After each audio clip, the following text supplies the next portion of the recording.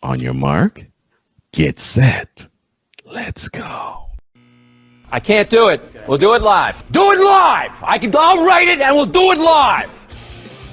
Mister, will you please wake up? Montana looking, throwing in the end zone. Caught it! Dwight! Palmero over the head of Jenks. Uribe charges, throws, out! And the White Sox have won the World Series. And that'll do it. It's over. The Golden State Warriors return to a familiar place. They're on top of the NBA world.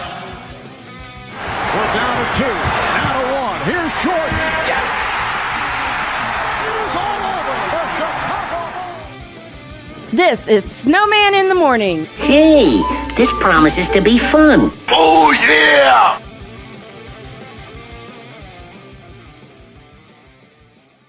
I'm ready. Are y'all ready? I don't have my full voice, so forgive me well in advance, but I have a voice enough to do this. Good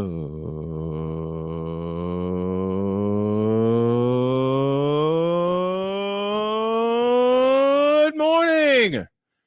Welcome to the half asleep manic Monday edition of Snowman in the Morning. All my rowdy friends will join me in just a moment. Like the Playmaker. He said, I need to join you all 3 days this week because Thursday is Thanksgiving, Friday's the day after Thanksgiving, and on those 2 days, you'll have the best of. Now, speaking of my rowdy friends, the city fifth, I'm sorry, Cole Johnson is Dang, both of y'all are like tired this morning. Jeez. I just literally woke up. Congratulations are in order to the Toronto Argonauts. Dynasty denied. The Argonauts beat the now then defending two-time Grey Cup champion Winnipeg Blue Bombers 24-23. And it was a missed extra point that got Toronto the win. And not only that, a quarterback came off the bench with the last name of Kelly, Chad Kelly, former Mississippi star, came in for an injured McLeod Bethel Thompson and guided the Argonauts to the comeback win. Can anybody say Jeff Hostetler? So our congratulations to the Toronto Argonauts. Hey, Pizzle with this morning. Birthday in the chat? Do we have a birthday in the Rod chat? West is celebrating his 30th birthday today. Happy birthday, Big Rod. Birthday. Hope you enjoy it. Good morning, Manic Monday Crazies. Good morning to you, Victor. Good morning to Sick Diggy. Okay, Playmaker. Since you're here with us all 3 days this week, and since I see the steam coming out of your ears, Ain't no steam coming out of my ears. Yet. It's just funny. It's just funny how Ain't no steam yet coming out of his ears. Oh no, you know why ain't no steam coming out? It's coming out of his ears. I can see it. Yeah, I can tell you why. Because guess Why? what? I peruse social media. Oh, jeez. Lord. That's how we start our Monday? Oh, goodness gracious. Yeah. So you peruse social media. I peruse social media. I went back He into told my you to quit RAM. that. No, I told y'all to quit that. And Wise told y'all to quit that. But I went back into We my RAM. told you to quit that too. I went back into my RAM school, and guess what the talk is now? Oh dear. Oh, get rid of Stafford? The talk is No. What did I say last week? bye McCarthy. So, I mean, I sat here and McVay. said, Bye-bye, McVay. I said I said sat here and McCarthy. said Oops. that we look like the worst defending Super Bowl champions ever. I won't say ever, but it's getting. But what changed in the week now? Everybody's now speaking my language now. What happened on Facebook? I just want to know. They You finally lost- watched the game and you saw lost- the evidence. Your team lost to a porous Saints squad. Very porous. I mean, I said this after we lost to Tampa Bay in Arizona. See, for some reason, they seem to respect Arizona, I guess. I mean, the fandom. And definitely, they respect Tampa. They figured that Why? the Saints would be a cakewalk. What the hell are they respecting those two teams for? Well, Oh, so see, this is what happens. One of those two teams, unfortunately, has this is what happens the when you famed goat on it. When you don't go back to your history, because as most people know who listen to Ramley talk, no, this is the first time we actually faced the Saints since that epic NFC Championship game took place in that same building. Yep, 2018. in the Superdome. Which most people still feel like we shouldn't have won that game. But I always say Drew Brees got the ball in overtime. He just didn't do nothing with it. So wow. So it's been almost 4 years since they played in the Superdome last. Wow. I will make a statement that backs up Playmaker's statement. In fact, I'll double down by saying this, and Cole has heard me say it on this program. Drew Brees left 28 points on the table in the NFC Championship. Period. Drew Brees left 28 points on the table. I said it was a pass. Yeah, they settled field goals. But my thing was, I said, damn, Drew Brees getting the ball in overtime. God, no, we finna lose. That's the worst thing that could happen. But Dante Fowler had other plans.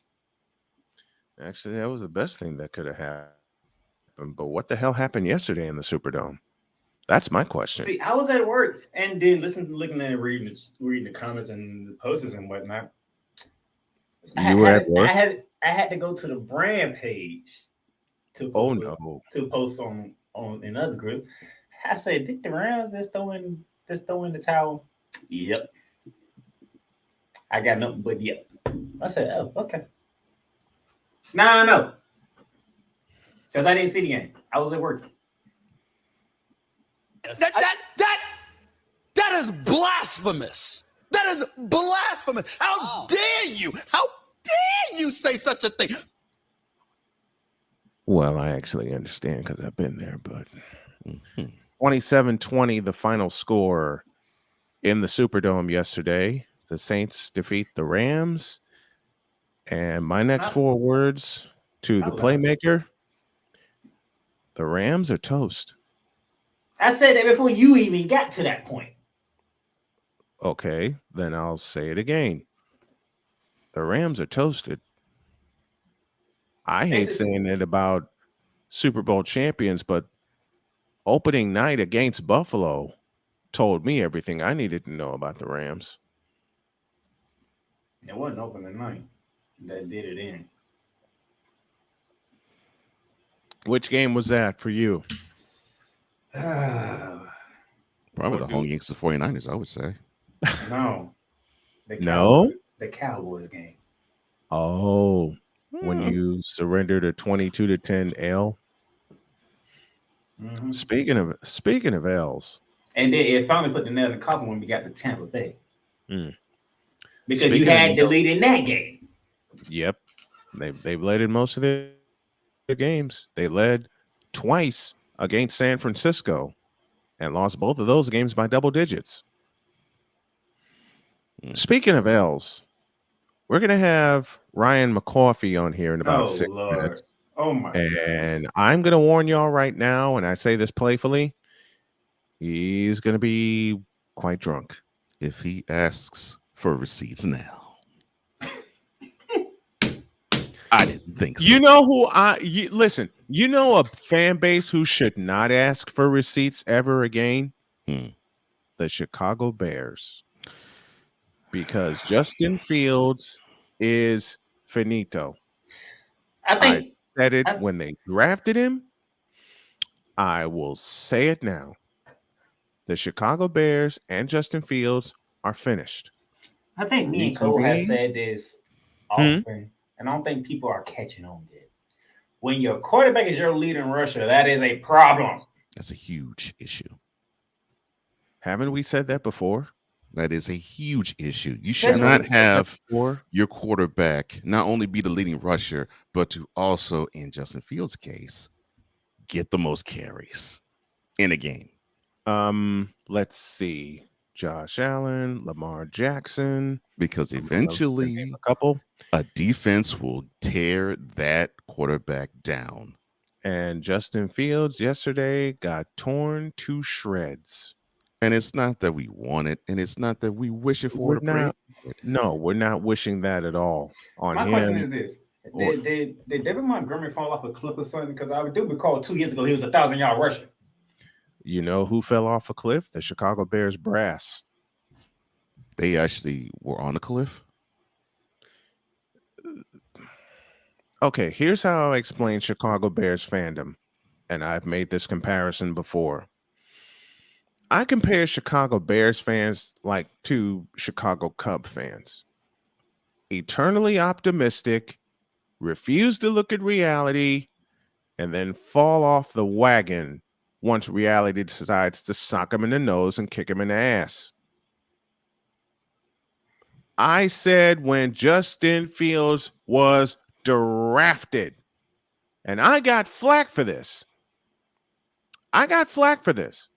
When Justin Fields was drafted, I said, what the hell are y'all drafting him for? Oh, I uttered some cuss words. Because Bears fans, no, there's realistic Bears fans, and then there's Bears fans that act like Cowboys, Vikings, and Cub fans. Oh, you mean the ones that have no clue. Okay. Yeah. See, I put Viking fans, Viking fans in that bunch after what the hell happened yesterday at US Bank Stadium, which sent the great Paul Allen into tears and hysterics. Whew. They don't want to look at reality. And the reality is, and Victor, I love you for this statement. I love you for this question. I beg your pardon. What good is it for Justin Fields to do what he does when there's nothing but mannequins in front of him? I told you that you can never trust Kirk. Oh, we're talking about a different team. Sorry about that. Can we ask Kirk Cousins that question? Because that offensive line looked like they want no parts of Dallas' defensive line. Now, we have a partner, both Brian and myself, who is an ardent Bears fan.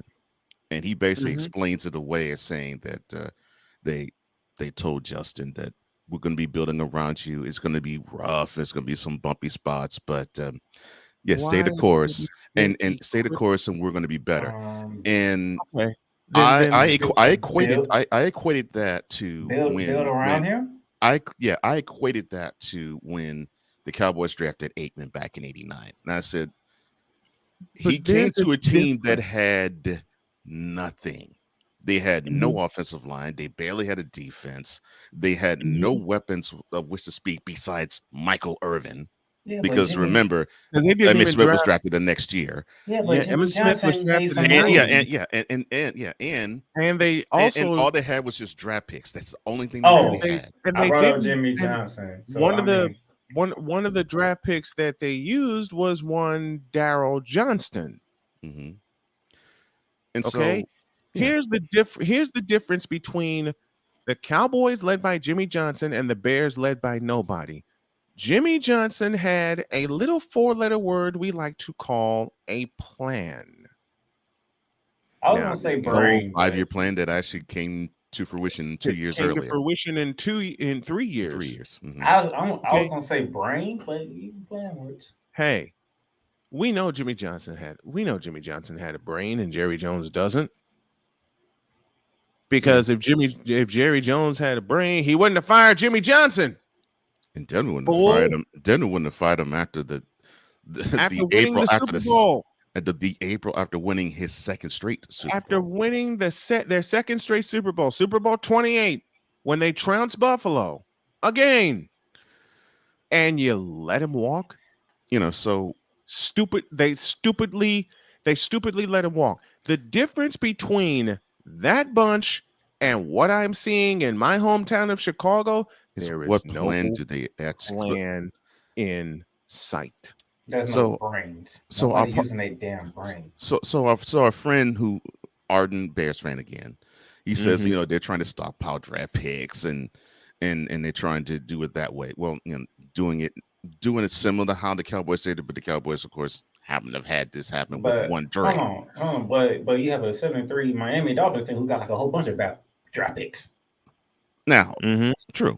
Now, what I don't like is this is the second year that Fields has now been starting for the Bears. 2 years too early. And I have not seen much an improvement in the area where you got to build the quickest, offensive line. Gentlemen, chat, fanbase feedback zone. Please say different to me, because like Vic says, I've seen 5 300-pound mannequins. I don't see it. And I saw 300-pound mannequins last year. I see it this year. I don't see the difference. I will echo a couple of opinions I got from you building around him Chicago. Is trading for Chase Claypool. Yeah, a weapon that won't. Who in the bloody hell is Chase Claypool? A weapon that won't do anything for Justin Fields. Second of all, what's he doing in Chicago when he's not getting used properly? That's who you traded for. Yeah. They traded what, a 5th round draft pick for him? I think so. Yeah. You could have used. I know it's painful, Snowman, because you love Chicago. I know you love Chicago. And then, among all of that, what the hell is Ryan Poles doing? I think he's doing the McCaskey spitting. First of all, that's the way I look at it. Yeah, because I heard this on a YouTube video, and I will use it again. They get rid of one. Oh, it's a 2nd round pick. Thank you, A Pizzle. Okay. They get rid of one token puppet in Matt Nagy, who was horrible. Yeah. For another token puppet in Matt Eberflus. Who is, first of all, I still don't know who that is, by the way. First of all, what was the question I posed on this show when I finally got well enough to take the chair? What did I say on this show? Who the hell is Matt Eberflus? I think the Bears are still asking that question. That's what I want. Who in the vinyl blue, yellow-bellied, red-blooded hell is Matt Eberflus? Well, okay. To answer you, Victor said it best in the chat just a moment ago. Bright offensive minds that, because I hate to say this, Mr. Playmaker, because of the success of one Sean McVay, you got these tanking. You got these NFL teams who are trying to look for, okay, who's the hot offensive coordinator that's under the age of 40?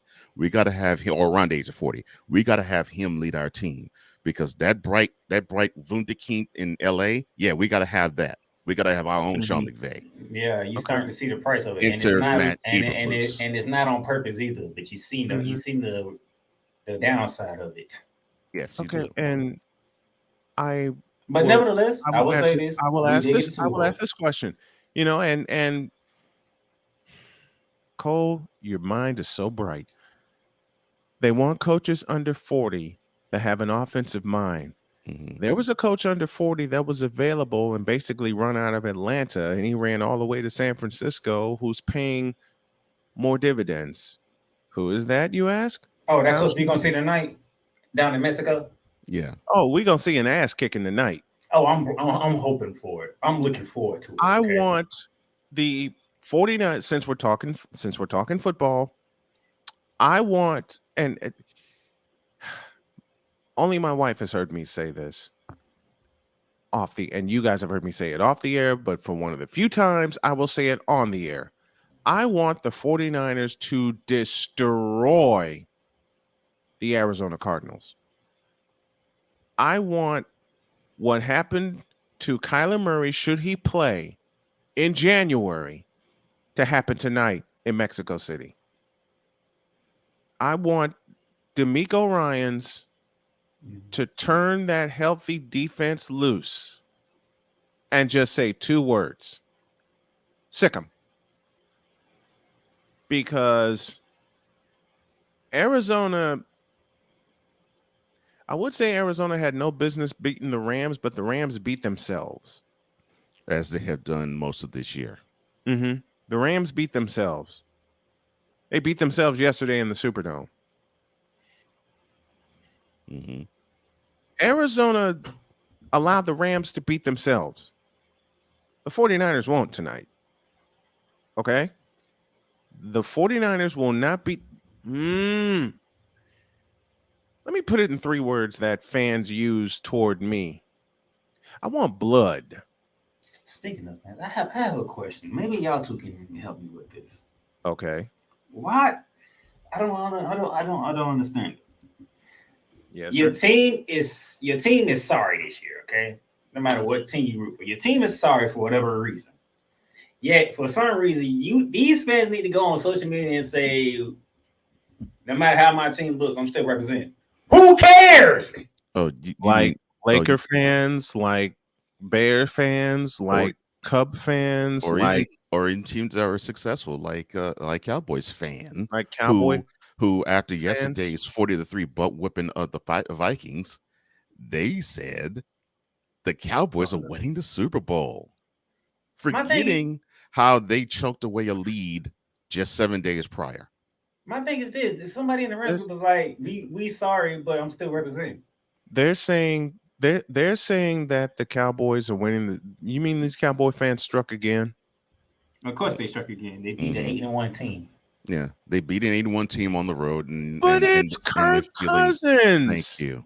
I've been saying this.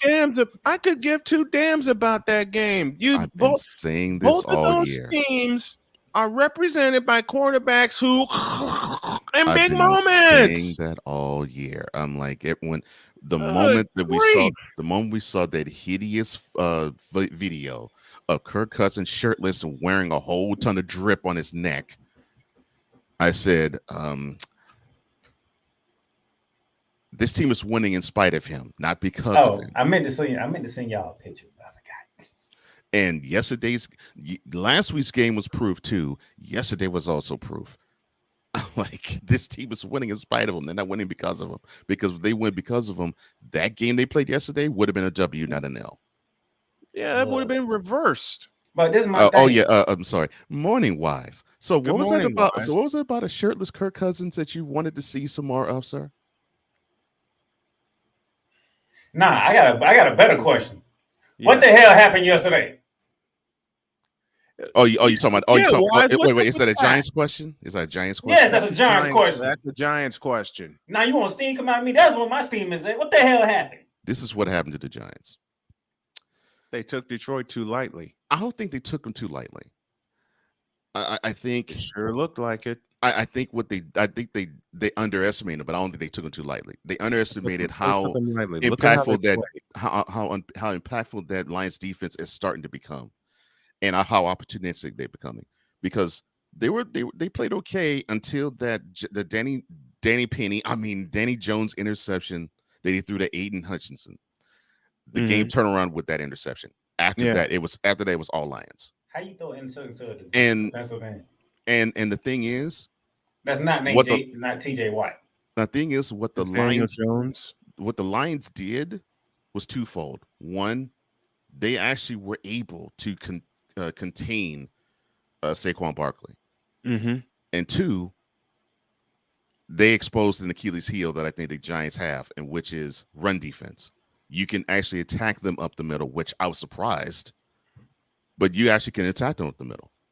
And if you can, you will. And if you kept attacking them, and if you can, what we saw yesterday in the Meadowlands is what will result. And that's why I say that I don't think the Giants are Super Bowl contenders this year, because if a team could put together that type of game plan against them, they won't advance. But they can make the playoffs because they can put together those grind amount wins, enough of them in the regular season to get them into the playoffs. And Wise just said no passing attack either, none. Yeah, that's and that's another thing. The Giants now are the NFC version of the Titans. No passing attack. We want Daniel Jones to beat us, and we dare you, Giants, to have him beat us. That's the same thing that you say with Tennessee. Sounds familiar. We dare you to have Ryan Tannehill beat us because we don't think he can. And teams don't think that Daniel Jones can beat teams. And the Lions proved that to be right. Which leads me to tonight's 49ers Cardinals game. I had a Cardinals fan approach me over the course of the weekend, and I wasn't perusing social media. This Cardinal fan reached out to me and said, you're going to lose Monday night. I said, really? How do you plan for that to happen? And they said, well, we're going to make Jimmy Garoppolo beat us. Here's the problem. 3 of the last 5 times, he did beat you.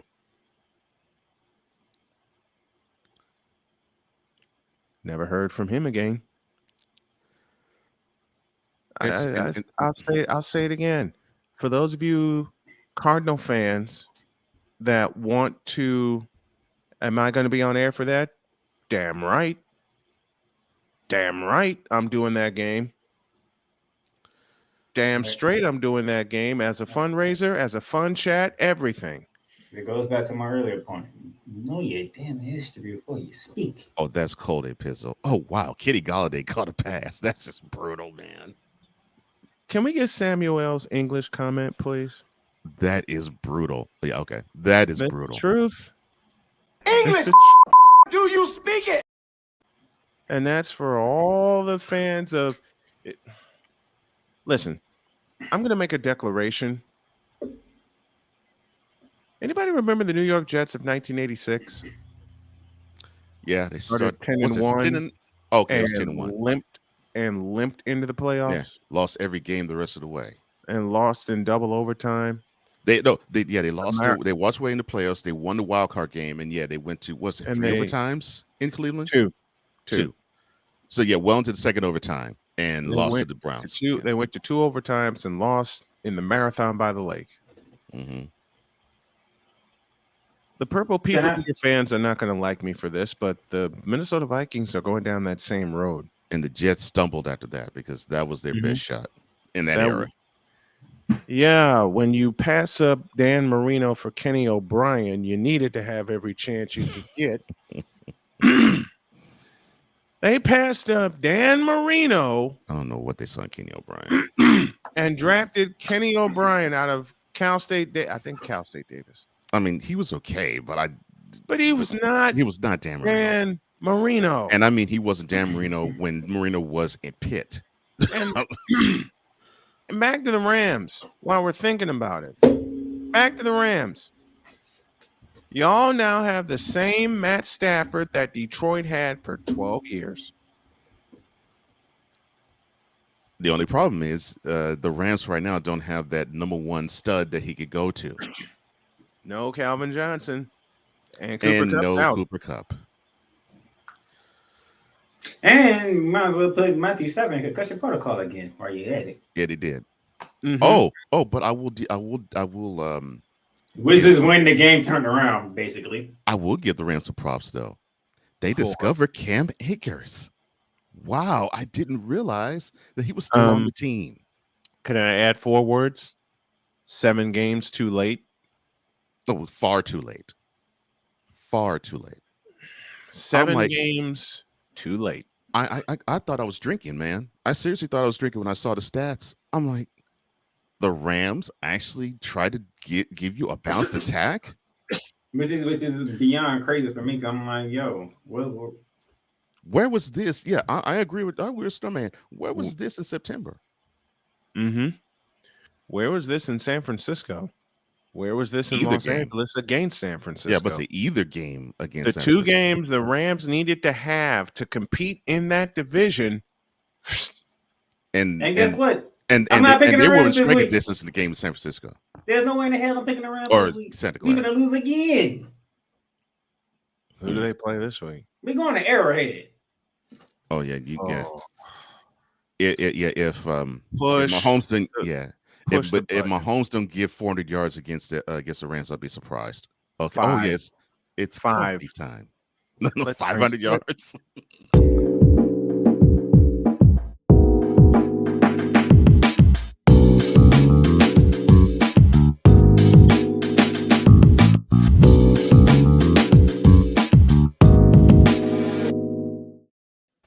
What's in the cup?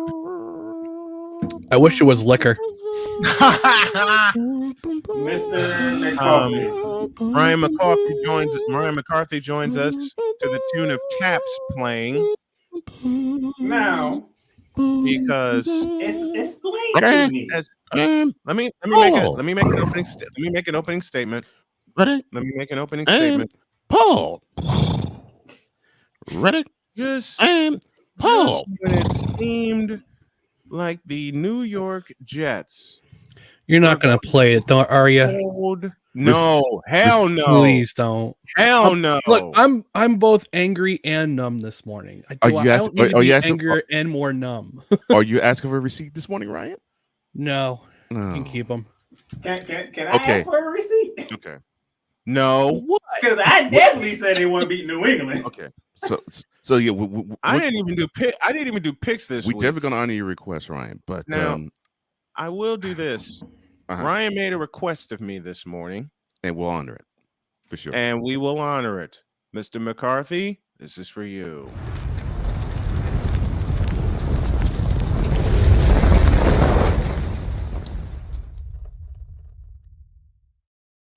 Now cook.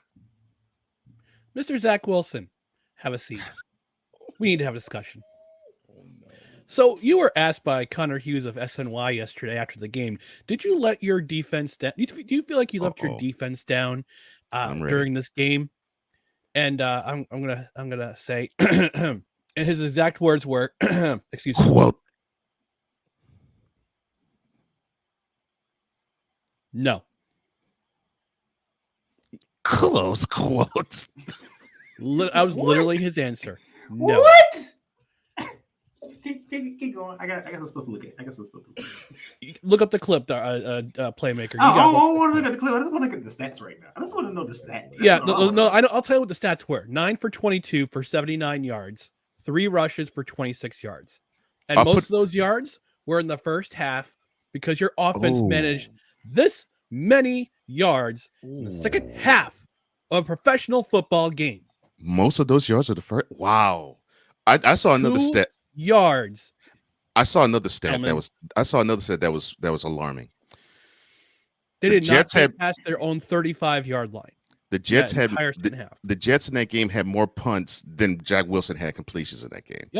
Yep. And one of those punts was the last one was the death of the team in that game. Punt when they should have kicked it out of bounds and instead they kicked it towards the hash marks. And by the way, that there was a clip. By the way, that last block on Justin Hardy was a clip. It was not. It was not a clean block. But the NFL in New York said, "Yeah, it's a clean block because it's the Jets. Of course, the Jets can't have nice things." Let's get back to Zach Wilson. Yes. He said I know you're not a let young the dude. defense down. He literally said, "I don't feel like we let the defense down." Scored a field goal. And that defense had a world-class performance. Yes, granted, it's not the same Patriots as they were back in Tom Brady days or even Cam Newton days. Ryan, you climbed in my brain. Because that's exactly what I was thinking. I was like, you had your defense give you the best performance of their year. Yep. And all you can manage is a field goal. Yeah. And last year in Foxborough, the Pats dropped a 40-something, almost a 50 burger on the Jets defense. Right. And this year, you only managed 2 yards. 2 yards in a half. Total offense in the second half. By the way, Cole. In a professional football game. Oh, guess who was the leading rusher for the Jets yesterday? Zach Wilson. 26 yards. Ridiculous. This is the thing that me and Kobe saying. He played into, and you know what? I'll give full credit to Bill Belichick. Always has a game plan when it comes to Jets because he hates the Jets with every fiber of his being, including the sesamoids, which are in the foot, by the way. And he hates the Jets. He hates the Jets because of what happened all the way back in 1997. I mean, God, man. I mean, I know it's one thing to hold a grudge, but not for 25 years. And I give full credit there. He had a great defensive game plan. It working. Mm-hmm. It worked. It worked because you managed 2 yards and a half in professional football. They barely had 100 yards total in the entire game. It was reminiscent of last year's game in Buffalo when they had to face the win, but they almost stole that game. That game in Buffalo, if the Jets had beaten Buffalo, that would have cost the Bills first place in the AFC in the AFC East. And they would have to travel to Foxborough that weekend too, instead of putting up the 40 burger against the Patriots. Here's how horrible this is. So if they won the game, they'd be in first. They lost it. Now they are in last. Now they're in last, and they're out of a playoff spot because the Bengals won yesterday. Right. And they have a 1-0 advantage. The Bengals have that game advantage over the Jets. Tiebreaker. Right. Mm-hmm. Okay, back to Zach Wilson. I'm sorry? He's back to Zach Wilson. Yeah, so back to Zach Wilson. Yeah. So I know you're a young quarterback. I know the ladies love you, especially the soccer moms and the football moms. I know they love you especially. But dude, you did not go there with that. Oh, I did. I did. Oh yeah, you are hot today. Oh god. Oh. And he's just getting started. I know. I went to bed angry. I woke up angry. That's how I felt. I know it says in the Bible, don't let the sun go down your anger, but it did. And the warning I gave, to folks was, watch out, McCarthy may be a little drunk this morning and not in a good way. Bro, Ryan, now you know how I feel when I had to come on and golf. Anyway, back to Zach Wilson. Back to Zach Wilson. A couple weeks ago, you said this is and I'm going to paraphrase here, not a direct quote, but I'm paraphrasing. Oh dear. Especially in that game against was it? I think it was Pittsburgh. Where he says, "Yes, this is the time we got NUT up, boys. We got to get things. We got to win this game." Where was that energy yesterday? He looked timid, and anytime he went back to pass, he looked timid. And you are a butt fumble and a ghost and an IC ghost away from being another one of the line of quarterbacks in New York Jets history. That's a failure. Oh, and if you yeah, I went there. Yeah, it's gasoline on this thing. I told you. He was and now I have to hear from Patriots fans. And I'm going to pour some more gasoline on it. Listen to what's playing in the background. Oh Lord.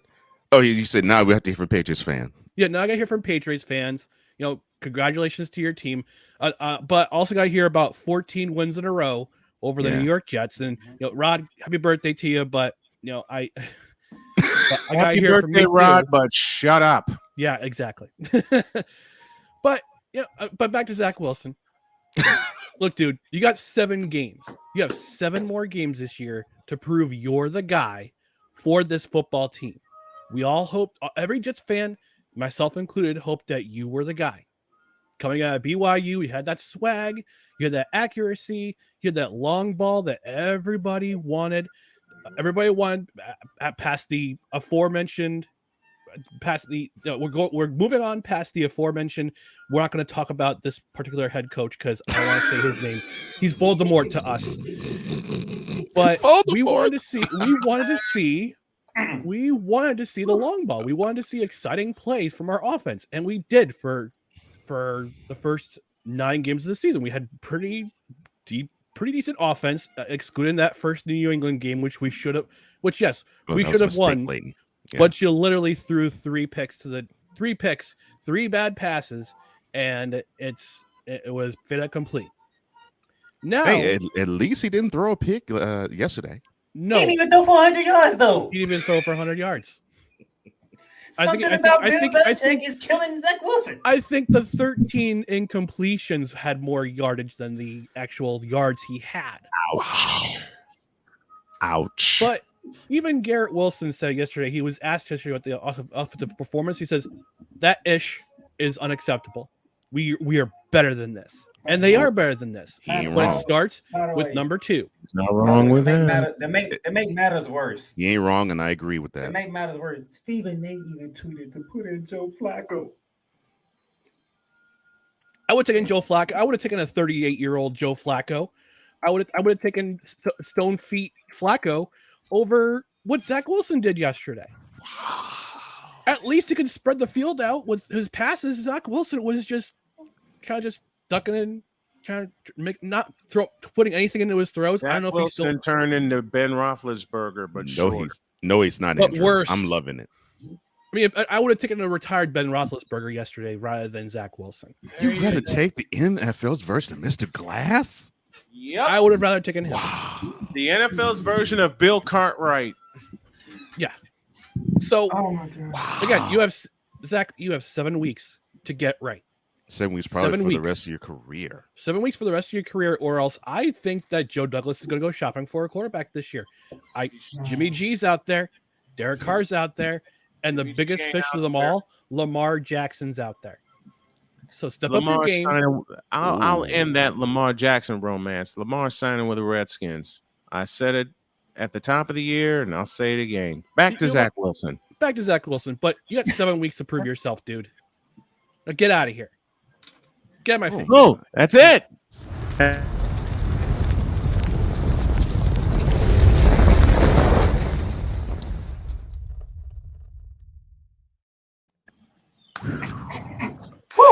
Oh my God! The camera and the mic is burning. Goodness gracious! Steam coming. Right, I feel a lot better. Let's talk about the New Jersey Devils. Hold on, before you go there, I want to say this. 12 in a row now. 12 in a row, 13 in a row tonight. Unfortunately, before we do go to the Devils, I want to thank Zach Wilson because he was the reason why I picked New England. He didn't let me down. No, you had 2 weeks to prepare for this game, and you knew Belichick was going to throw something completely different at you from the last time you saw it. And there's no imagination. There's no chances. There's no. It was just so frustrating. 7 straight seasons of being swept by the same team. That pathetic. Pathetic. I thought getting swept by the 49ers for 3 years was bad. Good gracious. Yeah, the Jets have been swept by the Patriots 7 straight seasons. Yes, this was the last hurdle to make it a magical season. And what makes it worse about that is the Jets had gimmies in both games. The Jets are the better team. They could have won both games. The Jets should. They should have won the game with Mellons for sure.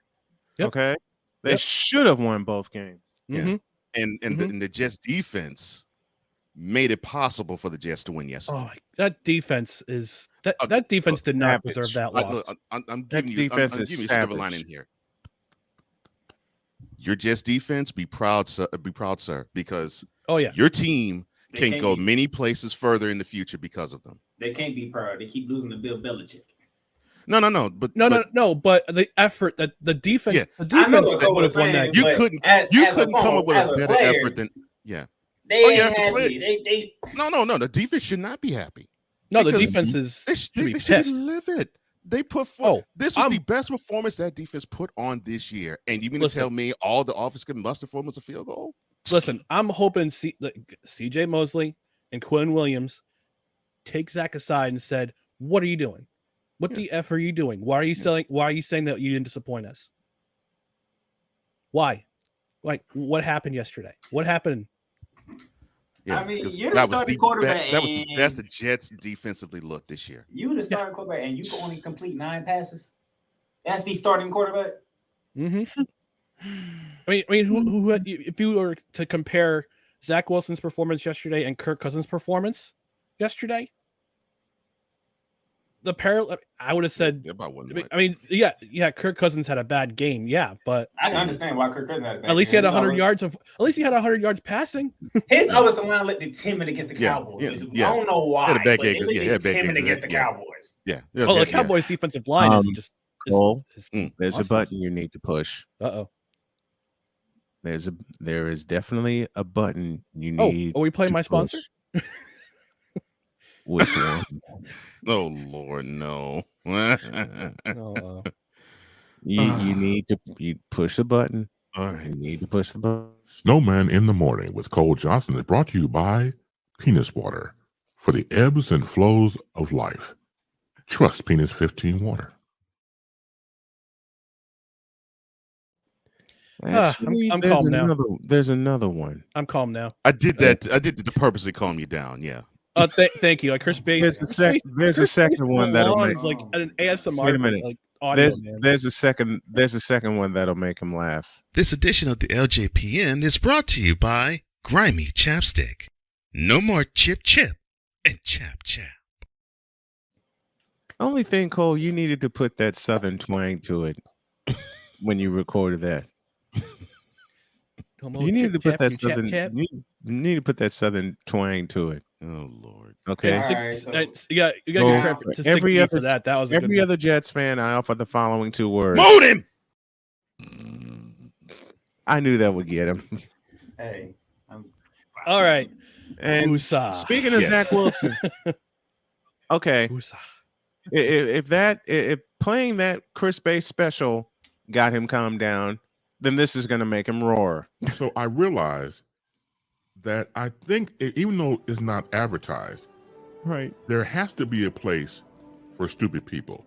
We don't know because we're not stupid, so we don't know anything about it, like a secret club society. Oh my gosh. So I come to the conclusion that he graduated from SU, stupid university.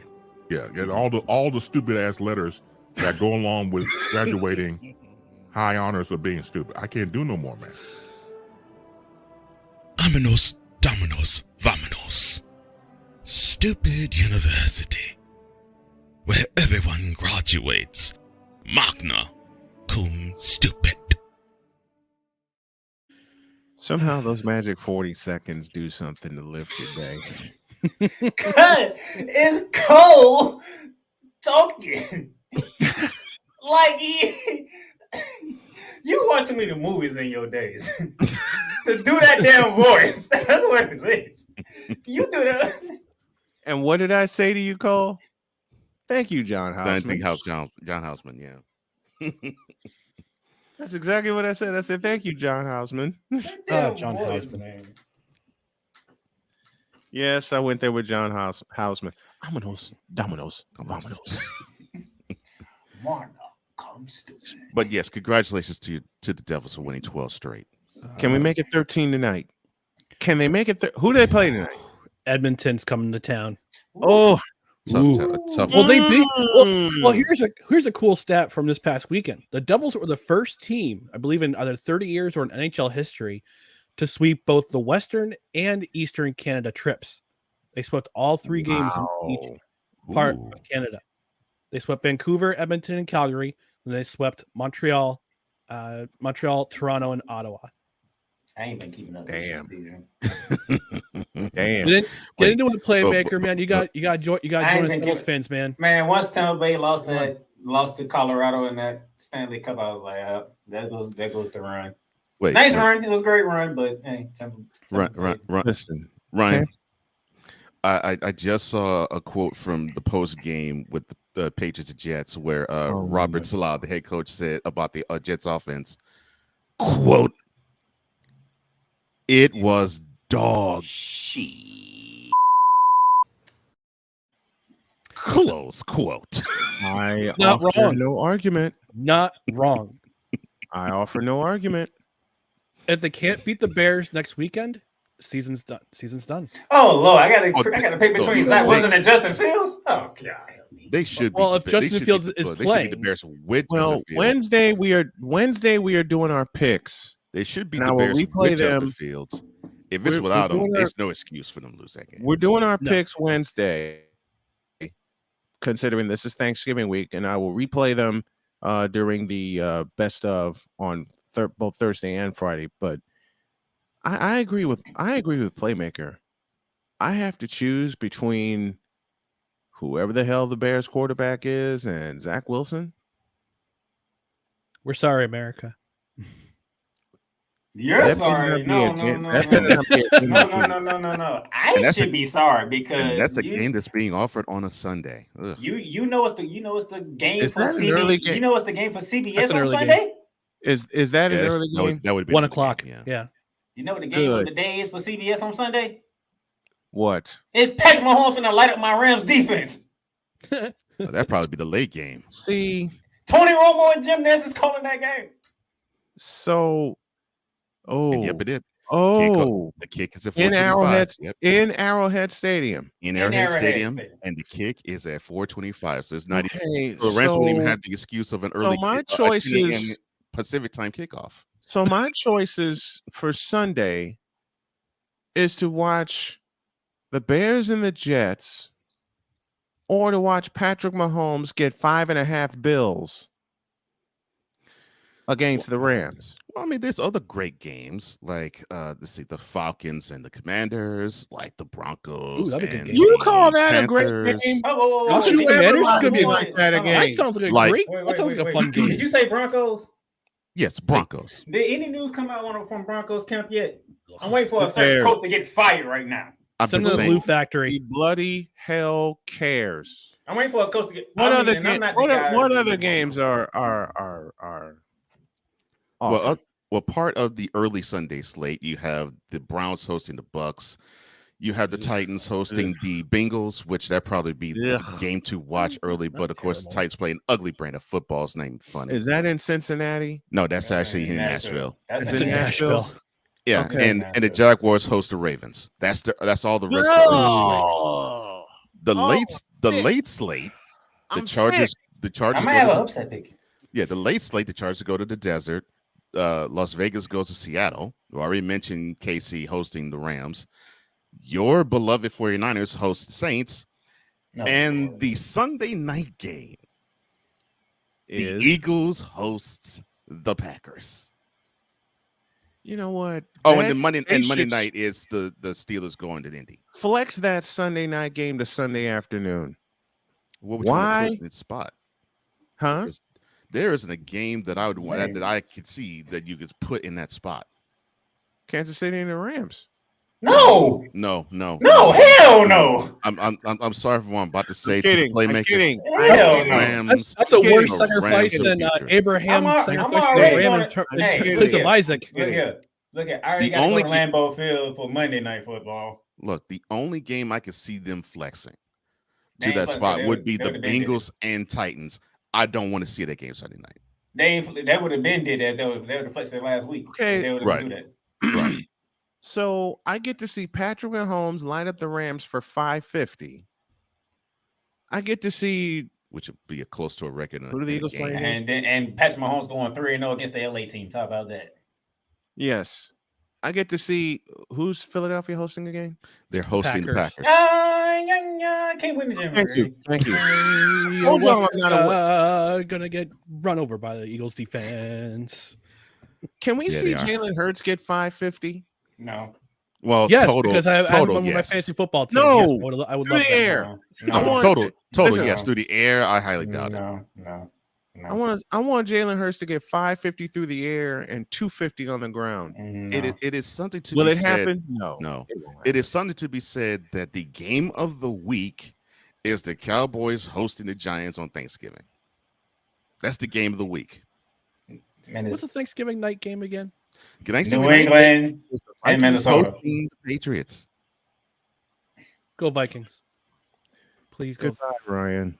You ruined our. We got Kirk Cousins in prime time. Ask. I'm sorry. Wait. What? We have Kirk Cousins in prime time. Yeah. Playing the Patriots. Yes, the Vikings are hosting the Patriots Thursday night. The Vikings are hosting the Patriots at US Bank Stadium. 8:20. At 8:20.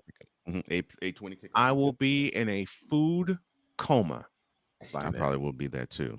It's been 10 years since the Buffalo Bowl. We might see another one. Ain't no way.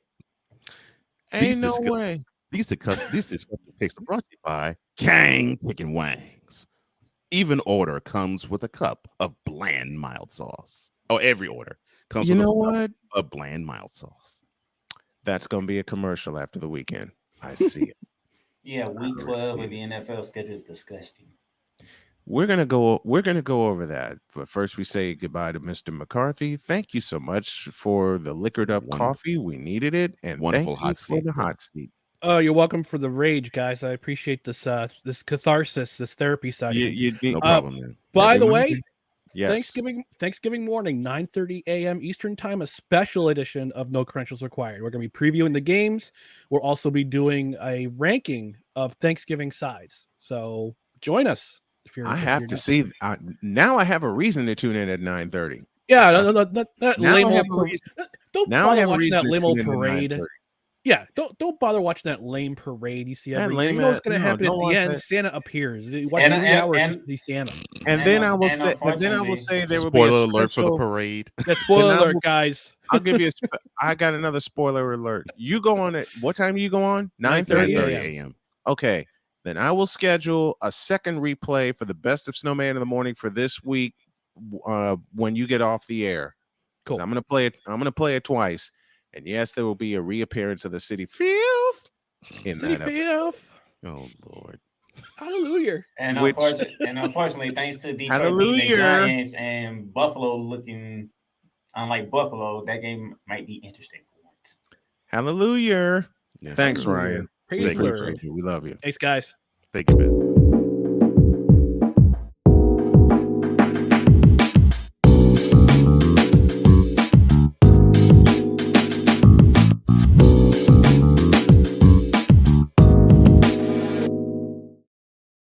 Hallelujah.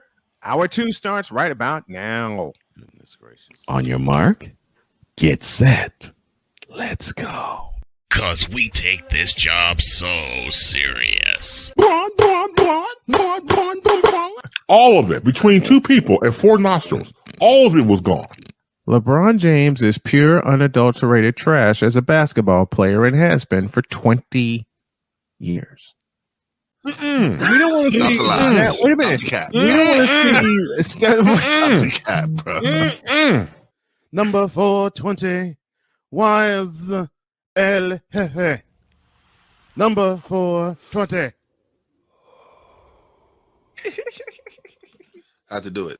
Oh man, I thought I missed it. What in the all types of blue hell? Yes, it's Snowman in the Morning with Cole Johnson.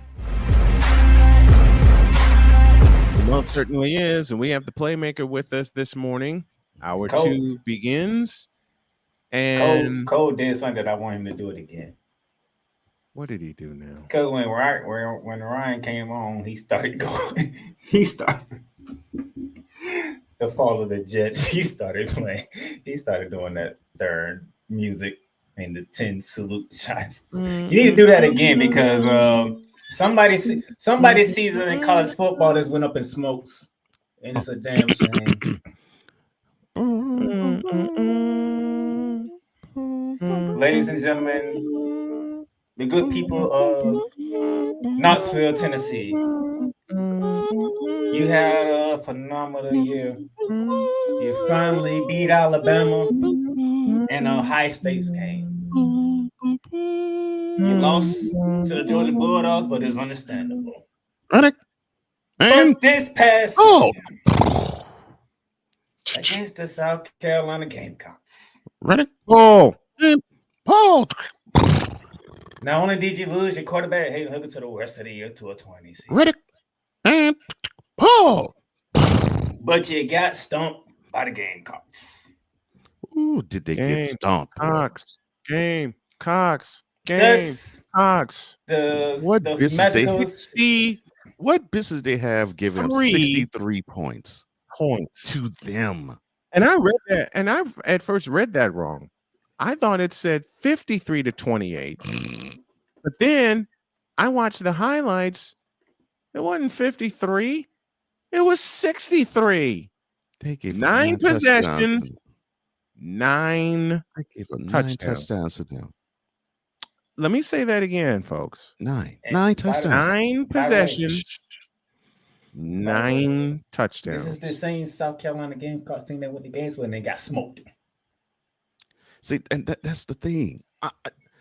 We smoked them in Gainesville, and people were talking glowingly about the Volunteers defense. Well, I'm like, let me stop. I don't see let me stop y'all right here for a moment. Rod West, no receipts for you. Now stop barking. Oh no. Okay, here's the receipt you're gonna get. Cool, 14 straight for them. Can they beat everybody else? No. As we said, no receipts for you. But Tennessee has such a magical season, but Hayden Hooker got a torn ACL, and now the South Carolina season is blown. It's done. To hell. Blown to hell. So unfortunate, man. And all I got to say about that game in Columbia, South Carolina is... What in the all types of blue hell was that? Because that was horrible. Was that? Oh, and Ron, I have a bone to pick with you. With Rod? Because I have a bone to pick with Rod. Because he said something over the course of the weekend that normally wouldn't get under my skin. And I'm being very playful to the best of my ability, to the very best of my ability. And being playful to the best of my ability. I'm being playful to the best of my ability. Yes, you can put that down and write it in ink. But Rod West, you pissed me off. Oh Lord. Sit down. Oh.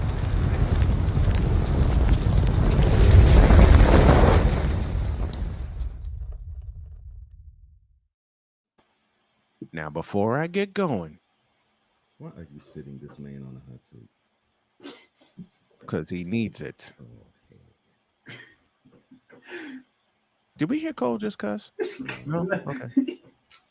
Now, I've had people tell me, Behave yourselves!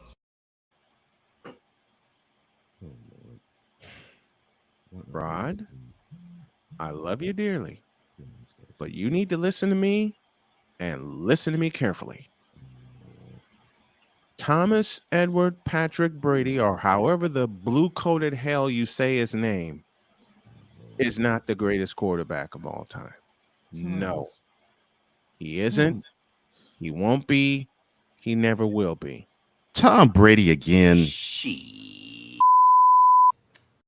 The whole time. That's part one. Let me get part one out the way. Okay. That's part one. I know how to Part say two, this. shut your mouth about LeBron, Raymond James, because he's the most mediocre basketball player these four eyes have seen in 25 years. But Does he even play? Does he even play basketball now? But the third thing he said to me over the course of the weekend fired me up. And it's this. Quote, Bill Belichick is a better coach than Bill Walsh. Close quote. Now, I will start my rant with these four words. Who told this lie? Because that is nothing but falsehood. That is nothing but a lie. And you can't prove otherwise. I mean, Bill Belichick do got 6 championships. Unfortunately, you're going to hear him say 6-3. I know what I'm going to hear him say. But listen to me. But he has the championship argument. No, he doesn't. Yeah, he does. Because Adam Vinatieri rescued 2 of those. Now don't matter. It's 6 championships, still 6 championships. Mood him. Doggone it. It's the same argument we do with LeBron James and Jordan. That's different. Mood him. Wait a minute. You do this without being a character. Mood him. Thank you. He didn't even want to say that for the longest. How dare you say, Rod, that Bill Belichick is a better coach than Walsh and use only the championship argument? Let me ask you a question. Were the Patriots even worth anything when Bill Belichick arrived?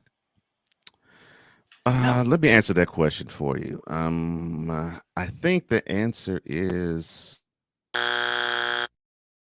zip. Thank you. Nada. And now he's held Zach Wilson to 77 passing yards. Okay, listen to me. Hold on. That right there, you just killed your own argument. Listen, Rod, listen to me carefully. Zach Wilson, Steve Young. Okay? Bill Walsh made a move to rescue Steve Young from that derelict franchise we call the Tampa Bay Buccaneers. I would say it another way, but I have kids listening. Oh, no. So I will not say it the way now I he'll really tame his want. tongue.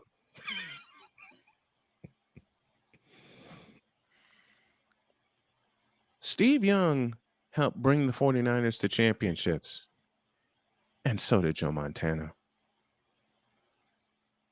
The thing is, Mr. Rod West, until you can erase 3 Februaries where Bill Belichick was defeated in the Super Bowl with Tom Brady as his quarterback, mind you, twice to Eli Manning and once to a backup quarterback, shut up. I'm sorry. I cannot award Thomas Edward Patrick Brady Jr. second, whatever, but it's junior technically on the birth certificate. To be the GOAT when he has lost twice to one of the most mediocre quarterbacks that's going to go into the Hall of Fame. In Eli Manning. And because of those two victories, that is what's going to have Eli Manning go into the Hall of Fame. Now let me explain something to you, Rod, and I want you to hear me carefully. Yes, Tom Brady has the three top passing records. One in the Super Bowl loss. In Super Bowl history. One in a Super Bowl loss. Okay. And yes, he coached Tom Brady to 500 passing yards in a Super Bowl game. And with the help of Cole Johnson and a sound effect, what happened in that game called Super Bowl 52 to Tom Brady? That's right. He took a big fat L to the Eagles. You lost to a backup quarterback who was only playing due to an injury to a fellow we like to call Carson Wentz. You can take my rims for that. You can take my rims for that one. Okay. Meanwhile, Bill Walsh, as head coach of the San Francisco 49ers, never lost the Super Bowl. That's true. 3-0. Basically 4 because George Seifert took his place when Walsh retired. Matter of fact, and won the very next year. Walsh did something Bill Belichick will never do. Walsh walked away on top. And to prove that, let's go back to Super Bowl 23, shall we? Oh, the very last game he ever coached. Oh, as a pro. Game. Yeah, as a pro. The very last game he coached in the NFL. Situation: the 49ers had just overcome a 2nd and 20 with a 27-yard pass to Jerry Rice. No, Chad Powers can shut up. They get another 10 to Roger Craig. So what do you think Joe Montana, who spotted John Candy in the audience at Joe Robbie Stadium, calmed his team down, would do for an encore? Something Tom Brady has never, ever, ever done. You mean engineer a game when he drive late in the fourth quarter in the Super Bowl? That ends with this. Rice has just set a Super Bowl record with 12 catches. He's in motion. Montana, touchdown, John Taylor. Want to hear that again? It goes like this. Rice has just set a Super Bowl record with 12 catches. He's in motion. Montana. Are we forgetting? Yeah, and allow me to the be most devil's advocate here, but the most significant thing about that catch for John Taylor, that was the only one in the game. That was his only catch of the game. But I do recall Tom Brady engineering a 28-3 comeback.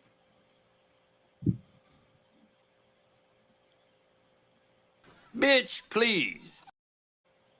Thank you. You beat me to it. Mm-hmm. Just saying, like playing. Oh, no, those are the hearing. Yes, I agree.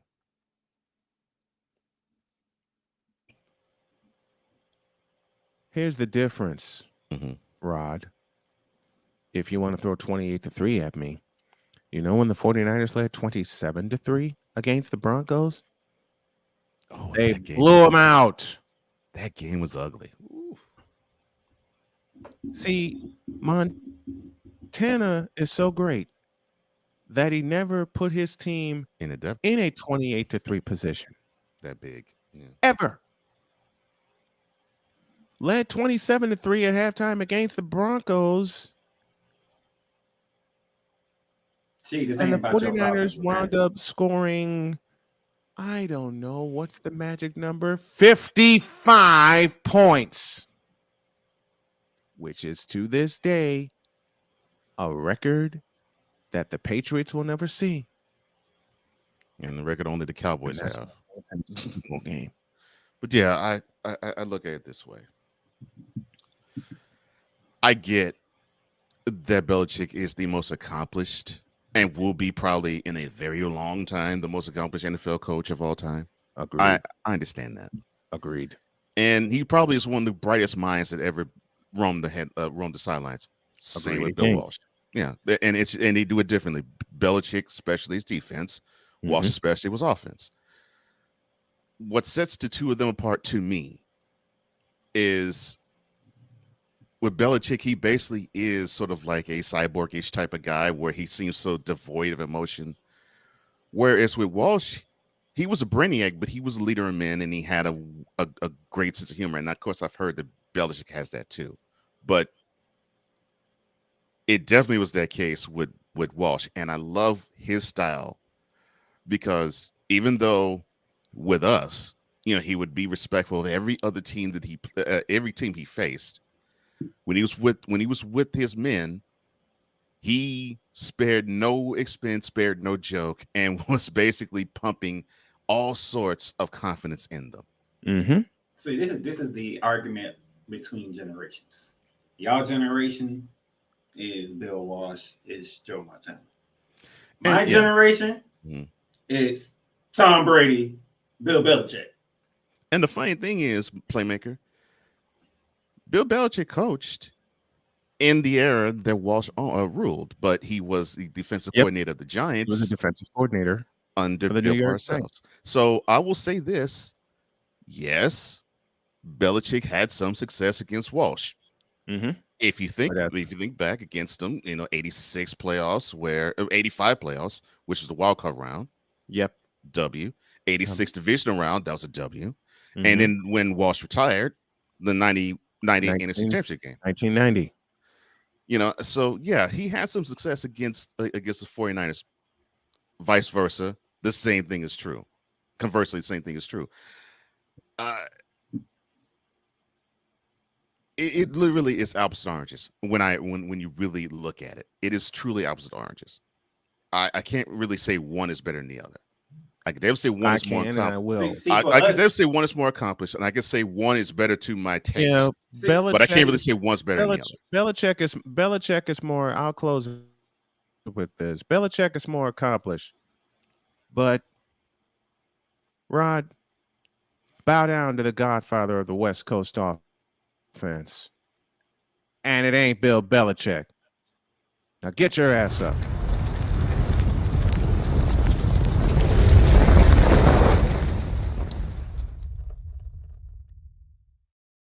Now I will say that. I will say that to you. For me, it's like this. You're talking about a guy who has 6 titles, and he's done it all with the same team. Which that's amazing, actually. Yeah. Mm-hmm. Amazing and then things. You look at Tom Brady. You're talking about a guy who has more Super Bowl championships than every team in the goddamn league. Yeah, and it's like, well, damn. Yeah, he has more Super Bowls than teams. Yeah, the teams than separate teams have. Yeah. Yeah, and that says it. Like, not for you me. have 7 championships. Like, how the quick did you get to 7? Not for me. It don't. By the way, how'd you even get to 10 Super Bowls in the NFL, which is hard to do? I know this is the similar argument that people levy when it comes to number 6 of the Lakers. See, they can't levy that argument because they still do though. When you look at the gentlemen East, in that time, the East, everybody knew it was LeBron's. I'll close that door right now. LeBron James is trash as a basketball player. Wow. I will say that one more time. You said it so mention the man's name. I've been saying it for 20 years. It just came fluidly out of your mouth, like it just didn't even mention the man's name.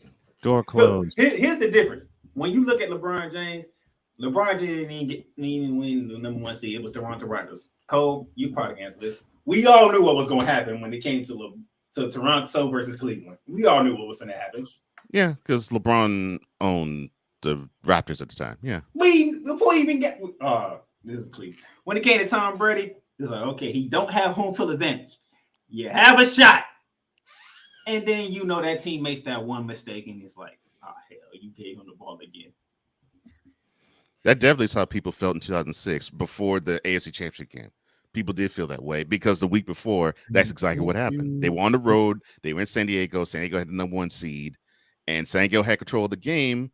And That's yes, it was San right. Diego because that's what they were. It San wasn't Diego Los did have the Angeles. #1 seed. And the key mistake happened. Of course. Brady jumped on it, and they won that game. On the Indy, they went. When It's key they played mistakes probably one of the between- best AFC Championship games I've ever seen. Is key mistakes the reason why we respect Tom Brady? It is nobody in the East is going to beat LeBron. Don't care what seed he gets. Nobody in the East is beating LeBron. But I will say this to your point, though, Brian. Yeah, Belichick is the most accomplished NFL coach in the history of the sport. And that's fine. Yeah. The one thing that Walsh does have over Belichick, and he has that over just about any other, definitely just about over any other coach in the last 45 years, is he has revolutionized the sport to where everybody is still to this day copying what he engineered back in the 70s. Now, while we're on this football Maniac Monday, one of those would be Belichick. I'm sorry, go ahead. Yeah, one of those would be Belichick. Now, I respect Belichick. I do. I do. Defensive genius. Okay. How you doing, Underrated Darkness? I need some antidote. Let's let you on, brother.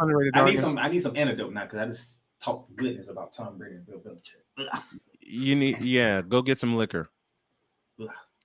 You know something? I hate NBC Sports right now. Why?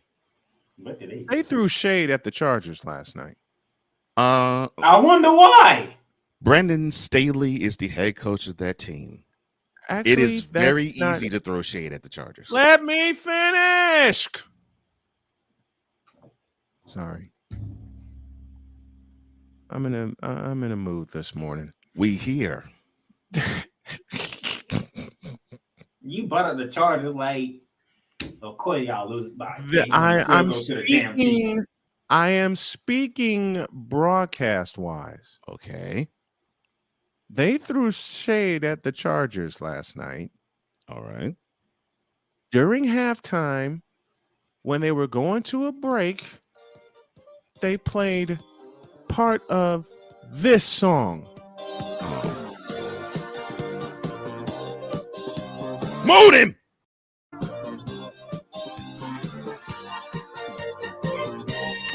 Mold him!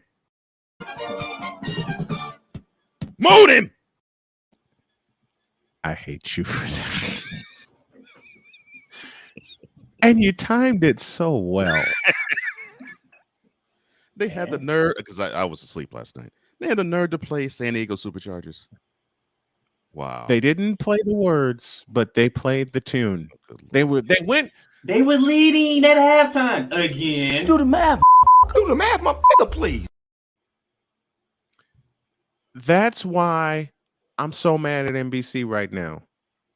Because at halftime, they were going to a break. They played that. And I screamed, 2 halftime leads, and you both come out with L's. And I screamed a couple of deleted expletives and nearly woke up my family. Goddamn Chargers. Not nearly woke up your family. I nearly listen. You had to lead. You had to lead in Santa Clara, and you let that get it right. You had to lead at home against the Chiefs. But it's the Chiefs. Why are you surprised? Brandon, listen. Cole put it best in a sentence at the top of the season. Brendan Staley coaches the Chargers. Not Marty Schottenheimer, not Norv Turner, and certainly not Don Coryell. But by the way, not even, and his name's escaping me right now. Bobby Ross. Brendan freaking Staley.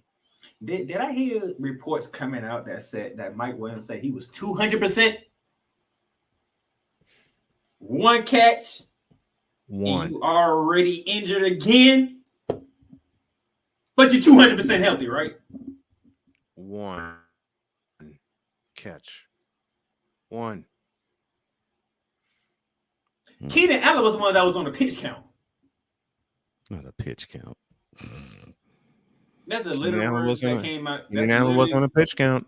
The literal words came out of Chargers count. Keenan Allen's on the pitch count. Mike Williams is full go. Mike Williams 200%. 1 catch on the sideline, and we ain't see him again. He on the sideline without his helmet after 1 catch. Thank you, Sick. Appreciate that. And is Mike Williams made out of glass? He's starting to look that way. Mm-hmm. Meanwhile, the Golden State Warriors got a road win last night. Yeah, the first of the season. And put up 127 points to boot. And the most dangerous thing that happened in that game? 41. 78 total. From Clay. From the Splash Brothers. But the more dangerous one, yeah. But the more dangerous one is the 41 where it came from. Yeah. Someone woke up. 10 3-point field goals. Yeah, someone woke up. And to couple this with an episode of Cole Sports on the Daily that Cole did in remembrance of him setting a record where he hit 14 threes in the United Center. That's right. That woke him up. Yeah. I know there's so much sports going on right now. It's hard to keep everything, but I'm going to let y'all know. Go ahead. When March Madness gets here, everybody's probably going to be busted through probably the first 2 rounds. The way this season has started, ain't no clear dominant team. Oh, especially not Gonzaga. No. Gonzaga got blown out in Texas. And then whooped Kentucky's behind last night. Oh, so NCAA is going to be happy. There's no clear-cut front runner. Do you see all the dollar signs? Mm-hmm. No clear-cut front runner. Oh, yeah. Mm-hmm. As long as there's the dollar signs. As long as there's enough big-time programs, they're good. Where's the Final Four this year? I think it's in Houston. I think it's in Take a peek at that real quick. Chad, help me out here. I believe the Final Four this year is in Houston. I thought it was in Indy. I could be wrong. No, Indy was 2 years ago. That is correct. And they had to scramble. April 1st and 3rd. Houston. It's in Houston. NRG Stadium, NRG Stadium Texas. in Texas. Mm-hmm. That's where it will be held. But see, the fun doesn't start. We're gonna have Jay Spivey on here in a few minutes. But see, the fun doesn't start until January, when conference season begins. Yeah, that's why I'm already started. That's why I'm not digging all of these games that are playing in college now. I'm like, I don't understand it. I don't know if people really care about college basketball now. Yeah, thank you, Ryan, and thank you, A Pizzle. I thought I was right. It is in Houston. Mm-hmm. NRG State. What the hell is NRG? I know what it is. NRG Stadium in Houston. I know. For me, I keep always want to call it Reliant. I know. Me too. Because that's what. Don't get me started. I'll save all the old names for tomorrow. Yeah, 10 threes. Yes, Victor. 10 of them.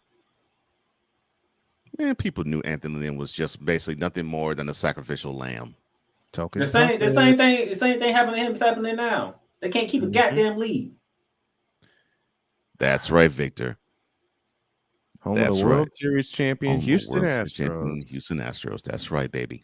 Okay, this is where I pick on Rod again. Where it says the Warriors aren't repeating this year. Yeah. Oh, yes, they are.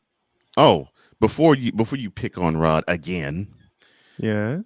In that game, the 127-120 victory the Warriors had over the Rockets. Oh, it's the Rockets, no wonder. Yeah. Look, believe me, I know. But it gave him some confidence. Yeah, it did. The Rockets are the most horrible team in the NBA, and I already am at home with that. No, that's the Brooklyn mess. I would love to say it's them, but they actually have some competence. Curry. No, they don't. No, the hell they don't. We'll argue about that tomorrow. We'll argue about that tomorrow. Go ahead. Curry scored 33, along with Wiggins who scored 22. What I found impressive about Curry, is that he did shoot 14 threes and made 7, but he decided to be the assist man. 15 of those dimes he dropped. 15 double for Chef Curry. He decided to drop 15 dimes, and he proves. I think he proves to all of us, even including me, that I can be a point guard that can look for the shot first, but I can also be a point guard that can play traditionally too, which that makes it even more dangerous because he's dangerous without the ball, and this proves he can be dangerous with it too. Andrew, why are you putting this up? Yeah, because Ben Simmons actually showed the hell up last night. So Ben Simmons, the last 3 games, 48 points, 26 rebounds, 15-6, 22-26 shooting. But guess what? I got over the weekend he actually has played. I'm putting an asterisk by last night because you know what I found out last night, Cole Johnson? They played Memphis. No John Morant, no Desmond Bain, and no Jerry Jackson Jr. I was like, oh, no wonder they going up like this. Yeah, the Grizzlies are banged up badly. Yeah. Yeah, no wonder Ben Simmons showed up. There was no one to guard him. Coward. And this is for you, Cole. The rubber. He was on the mound when the Astros clinched the ALCS with that sweep against the Yankees. Mancini playing behind the runner at first. He goes, and the pitch is lifted to right by Castellanos. Long run for Tucker, over toward the line, and foul territory. Makes the catch, and the Houston Astros do it again. 2022 World Series champions.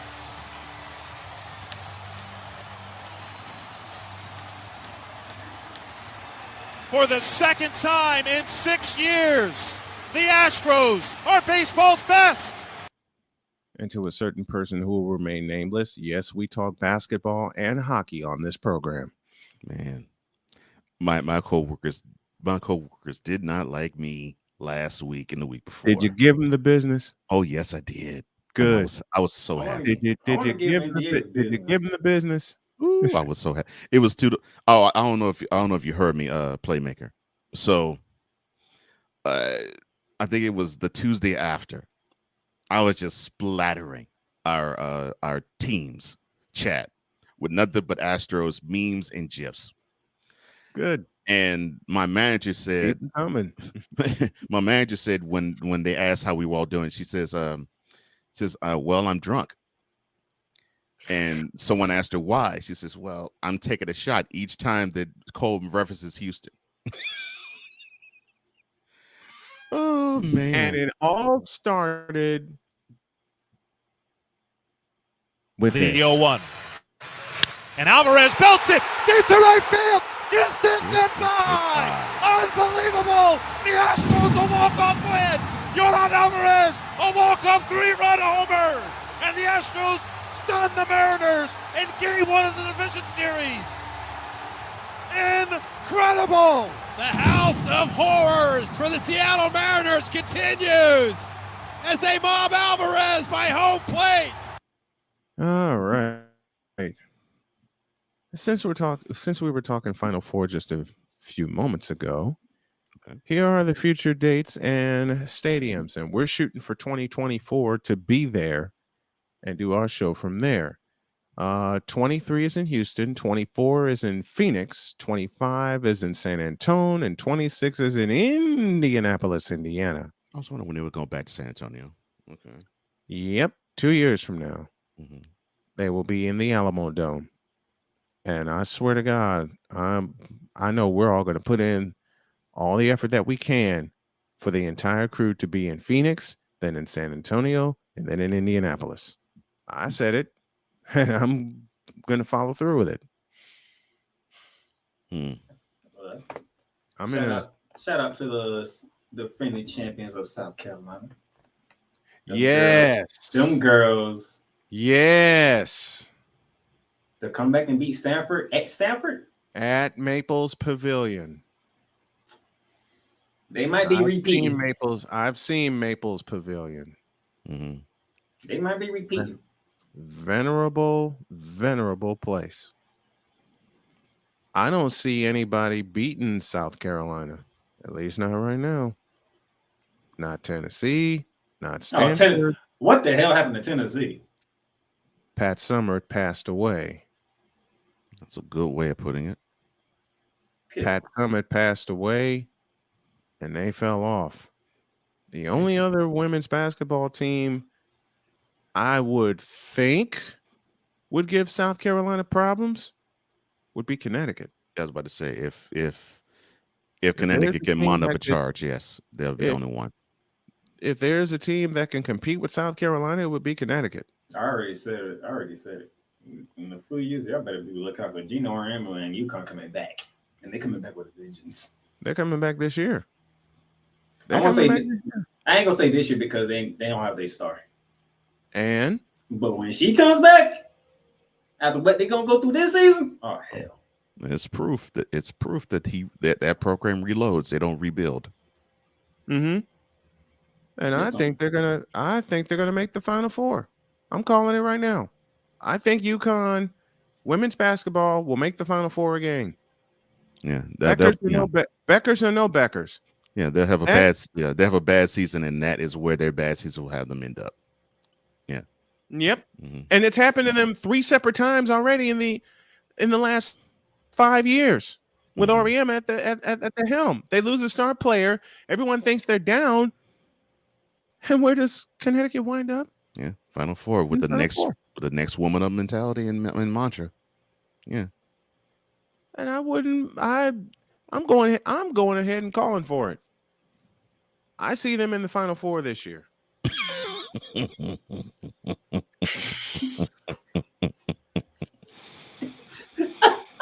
All right, I have to do it. I ain't see no coming. I have to do it.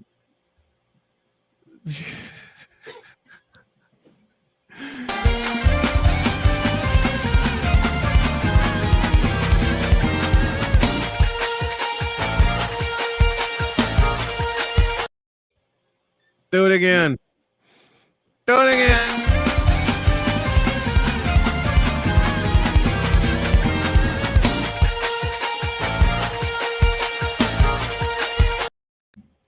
Notice which one he used. He used the one with the ladies catching it, not the men. The ladies don't care. No, they don't. Because if the men catching it, there's no building. Do it again.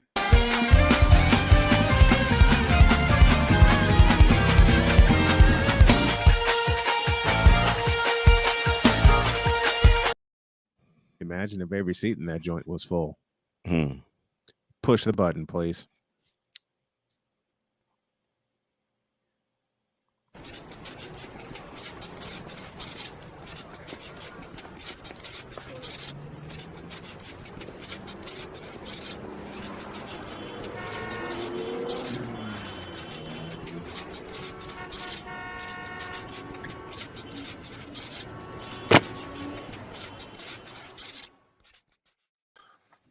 Jay Spivey now with us. Good morning, Jay. Good morning, gentlemen. How are you doing? Doing good. More importantly, how are you doing, man? I'm hanging in there, just doing the best I can, living life. Good. How was the scene? Was there a Baker Mayfield sighting? Yeah, it was. Unfortunately, it was. I'm sorry. What'd you say? He said, "Was there a Baker Mayfield sighting?" Unfortunately, matter of fact, he got the start. So they have 3 or 4? No, they have 4 quarterbacks, counting the one who's on injured reserve. Yes. Do any of them combine for 1 quarterback? No. Oh, wow. No. Ooh. Hold on. Today is on fire. Good gracious. Out the gate, you coming blazing. Okay. Quarterbacks getting roasted left and right. I'm sorry, it's true. It is true. You saw it yesterday. Their offense is non-existent. Their offense is putrid. What happened to What happened? When did they have an offense? Jay, when did they have an offense that was actually, what's the word I'm looking for? Competent. Probably about the first year or 2 that McCaffrey was there. And then he got hurt. Mm-hmm. And then they stupidly hired Matt Rule. Yeah, because they got no clue now. They sure did make that stupid move. And like I told you a couple weeks ago, when they were talking about that they have a lot of pieces available that could make this a good team. No, not a chance. Mark Sanchez said that. I couldn't believe it. When Jay sent that to me, I laughed for 10 minutes. Well, he has to draw a paycheck.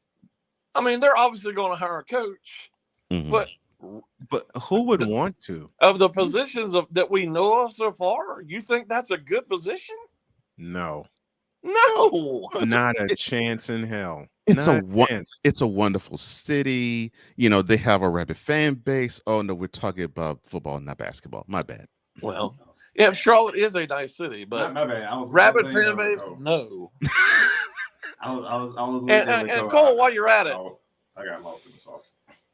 Since you mentioned basketball in Charlotte, go ahead, Jay. They're 1-11 in the last 12 games. These sorry, no account Hornets are 1-11 in the last 12 games. Well, that leads to sparse crowds of 12,000 being at the Spectrum Center. Something I'm amazed there's that many.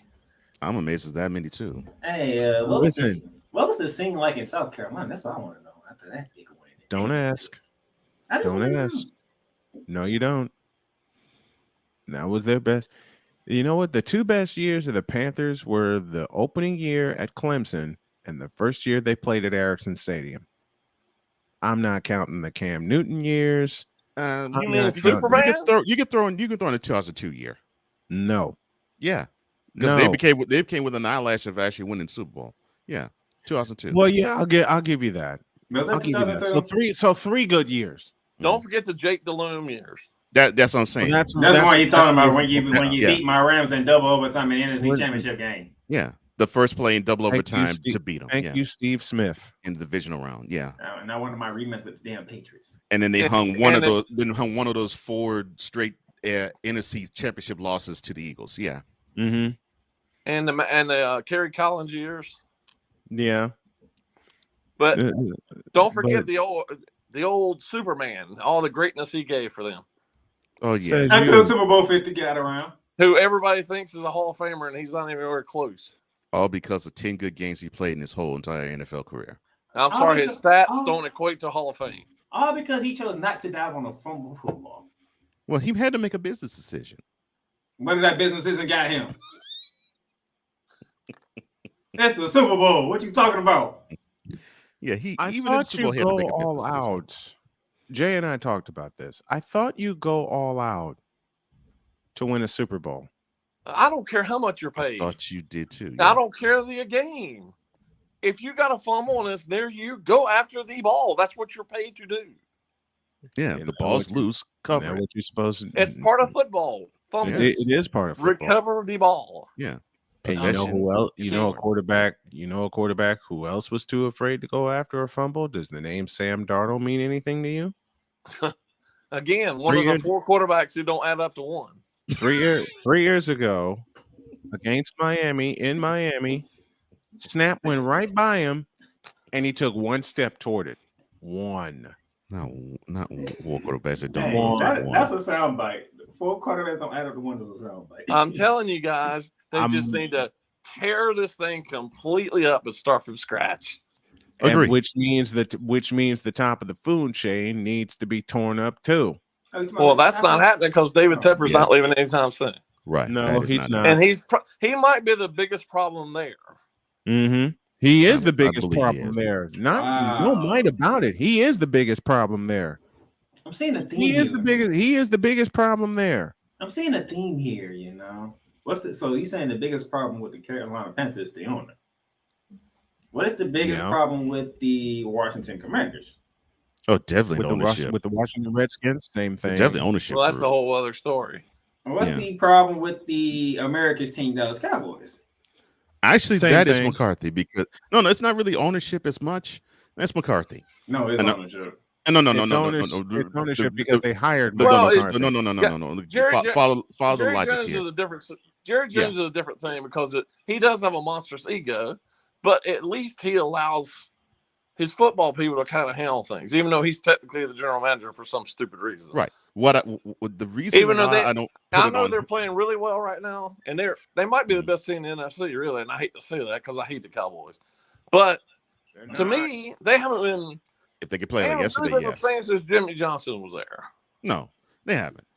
Because Jimmy knows football. So yeah, on face, yes, I get what you're saying. Unfortunately, I long for the days where he forgets that he's married. And he runs up his hand up a 25-year-old blonde skirt again in his luxury box. Yeah. That to me doesn't equate. Oh, he's the problem. Well, we all know Jerry. We all know Jerry's done some bad things. Mike McCarthy's a puppet at Jerry Jones. We know this. Just like Jason Garrett was. Victor. The Bears. Victor. Barry Switzer was the biggest puppet of all of them. The McCaskey group of the Bears. That definitely rings true. What's the problem with Bears ownership? Victor, your last 2 words should answer your question. Bears without the comma ownership. How in the world? I don't get the Bears thing because she is George Halas's daughter. I don't get that either. I would think I would think she would understand how important football was to her father. Yeah, but given how everything has been, and given how they broke up a potential dynasty beginning in 1986, and now they're trying to move out of Chicago to the burbs, Arlington Don't do Heights. that. You said this to I'm me gonna hate off air. I'm gonna hate myself for this. I'm gonna hate myself for this. I'm really gonna hate myself for this. But Cole, my eyes are closed, but I want you to push a button and show everyone the reason why the stadium situation is in the shambles that it's in. All right, prepare everybody.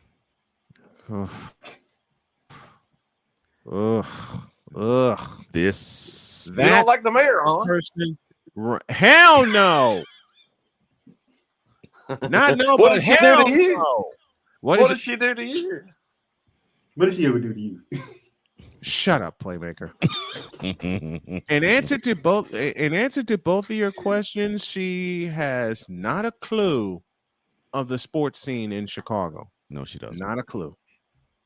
Because that's weird since it's a sports town and she's the mayor of said town. I rest my case. Like you should know that going in. I rest my case. You got an NFL Victor team, an NBA team, an NHL team, NHL team too, and two MLB teams.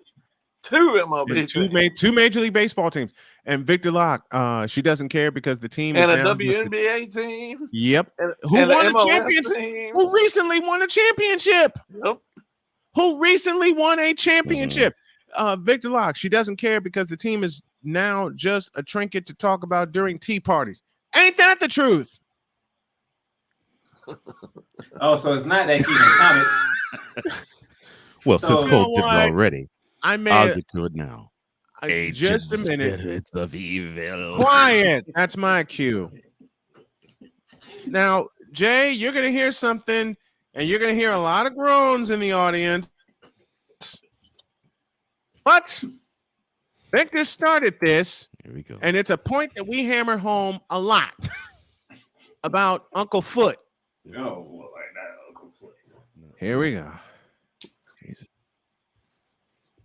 Ancient spirits of evil, transform this decayed body to Uncle Rory, the ever.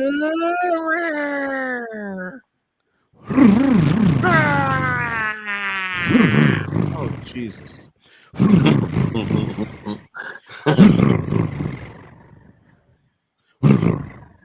All right, it's over. Stop. Stop. I told you, Looney Tune. This is, and Jay, this should answer your question. She's the mayor of Chicago, the third largest market in the country. And I love you, Andrew, for that. And doesn't know a doggone thing about the pulse of her sports teams. Well, then stay out of the business then. Don't do it. Thank you. Let your business people handle it if you don't know. It got summoned. That's all I can say. It got summoned. And I will take partial blame to that. Jay Spivey joining us here on the program, talking sports. You know, I got a question for Mr. Spivey.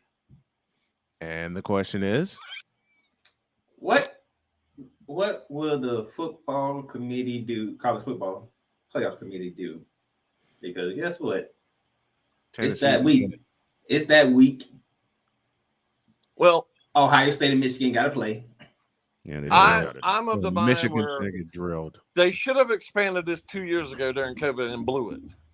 Yes, I'm that surprised was they the didn't perfect. That was the perfect time to expand the college football. And now we're playoff. going to wait at least another year or two before they do this. We're going to wait at least 3 years. Now I know they're not going to do this, and I know there's a lot of whining about this. But in my opinion, they should go to 16, not 12, not 8.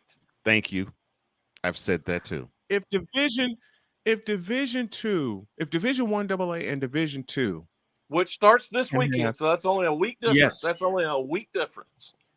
If the Division One AA and Division Two, they play 5 rounds and have a 5-round playoff and pull it off successfully, easily. They pull it off successfully every year. Why can't the big boys follow that simple model? Forget about the bowls. I think you know why. Forget about the bowls. Do you know how much money is involved with this if they did this right? Oh, Cole gave me the perfect song. And I don't think it's really going to matter anyway. I think the best team in the country is by far Georgia. It's not even close in my opinion. It's not close to me. Yeah. It definitely is Georgia. They easily But the best 4 team in the teams nation. is not enough. No. 4 teams is not enough. 4 teams is not enough. And Especially see, when you have many of these programs that want to have more of the share of the big pie. What was the song Cole? As much as anybody. What was the song Cole was just humming a moment ago? Oh, are we going? Money. Is it this one? Money. Actually, it's this one. That's right. That's right. Ka-ching. That bass And I'm gonna let this play. That bass line is awesome. And my second question: did South Carolina save the world from knocking off Tennessee? Oh, I think Tennessee would have made it had they not lost Saturday. But they're out now. Yes. Yeah. If they they ran any questions, Tennessee would have made it. If they ran the table, they would have. Because they're not keeping the SEC team out who's that close. No. They're not going to do that. No, they're not. No. They're not. And I'm sorry, these people are talking about Clemson. No, Clemson should not be in the equation. Clemson has no business. The ACC Clemson laid is too so big of bad. an egg. Anywhere. They laid too big of an egg. They have no business being anywhere near the college football playoff. They laid too big of an egg. They laid 2 big ass eggs. One of them in South Bend, Indiana. Again. The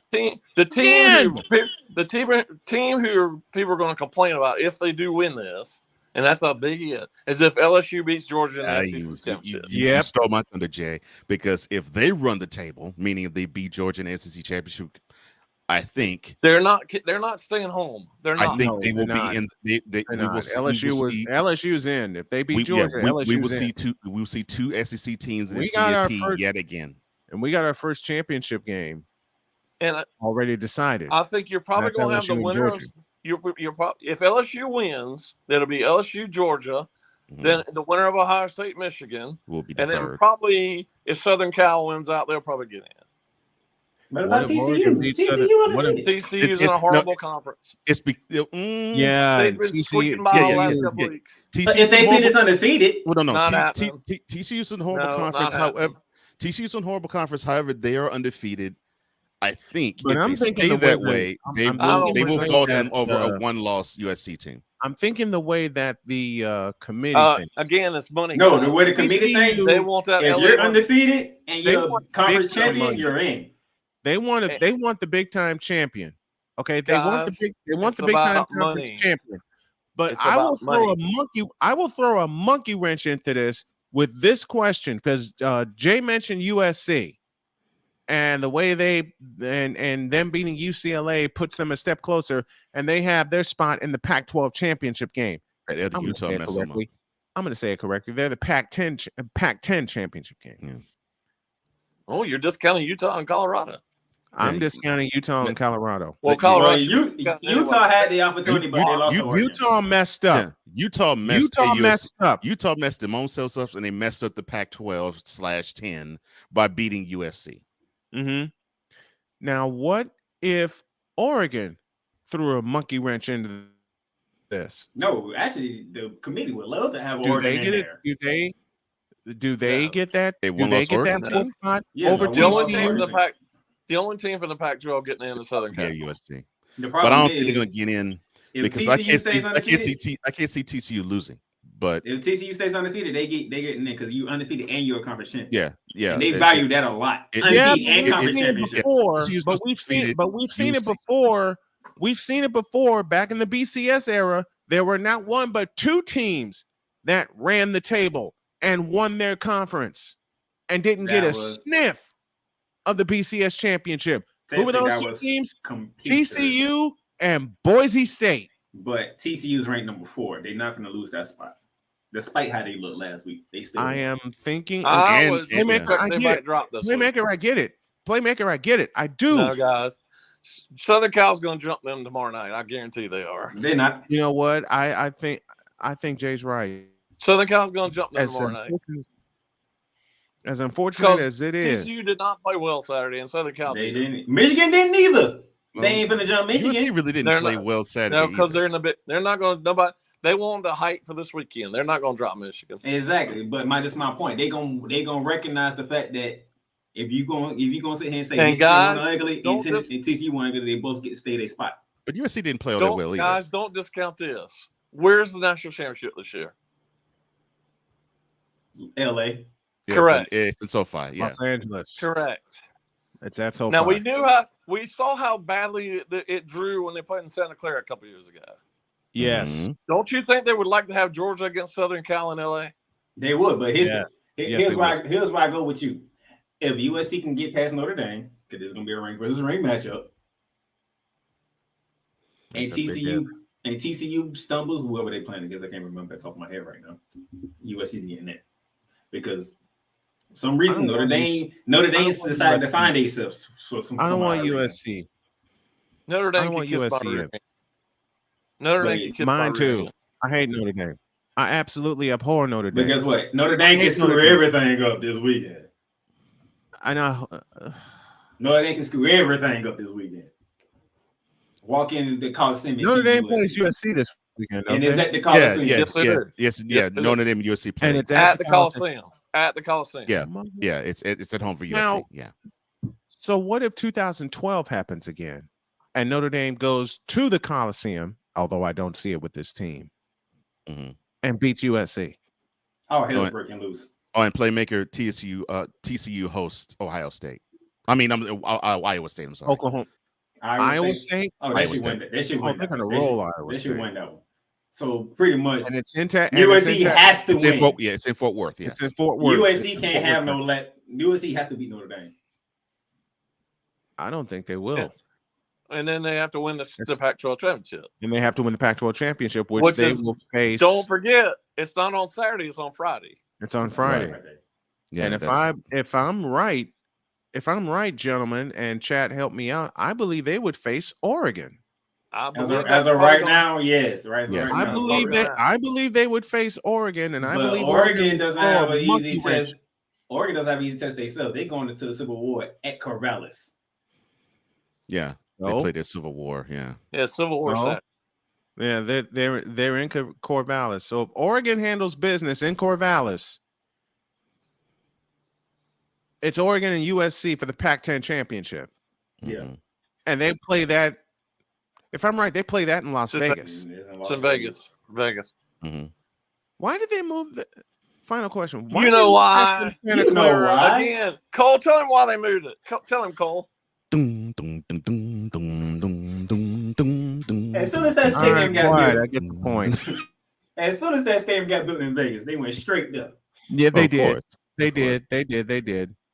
This is what I get for being a couple years out of the loop with college football with so much turbulence going on. There is so much money in college football. That's why they need to expand it to 16 teams. It's not even funny. They could expand. You really want to throw a monkey And wrench? this is why And they will expand it to 16. They This could is why expand the this to ACC 20. They stinks could so expand this bad. to 20. They could expand this to 24 and make it a full 5-week playoff. They could expand this to 24 and be done with it. Playoff? Okay, Jim Mora. Playoff? You kidding me? Playoffs? One of their biggest hurdles is Another game. Let me see. Which is my wife's favorite quote from Jim Mora. Jay Spivey joining us here on the program, talking all sorts of football, including college football. Do the right thing and expand to 24. Forget 8 or 12. Double it to 24 and give some teams a chance. Thank you, Jay, very much. We appreciate you, brother. Thank you, gentlemen. Have a good Thanksgiving. Get out of here. You too, brother. You have a wonderful Thanksgiving, man. Thank you, Jay. Thank you, Jay. They're not going to 24.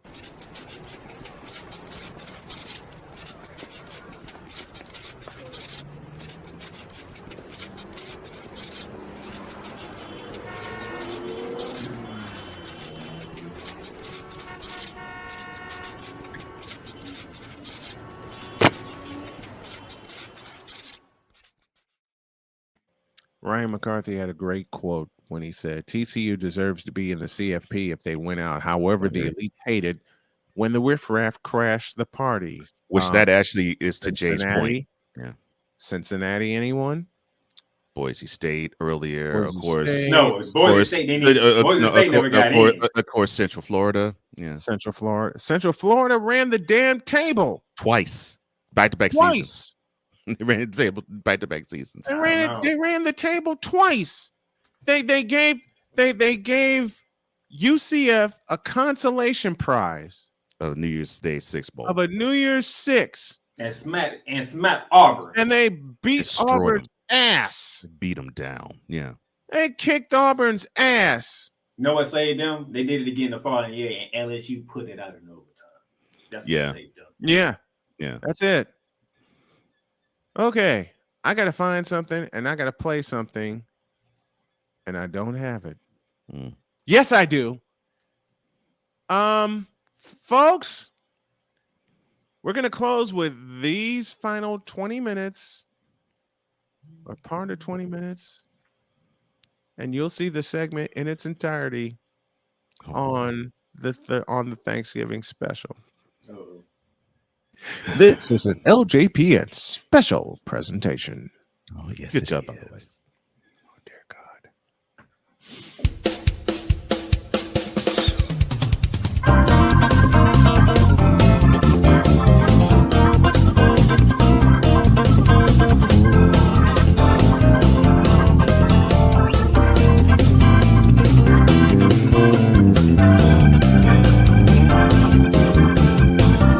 Where you found this?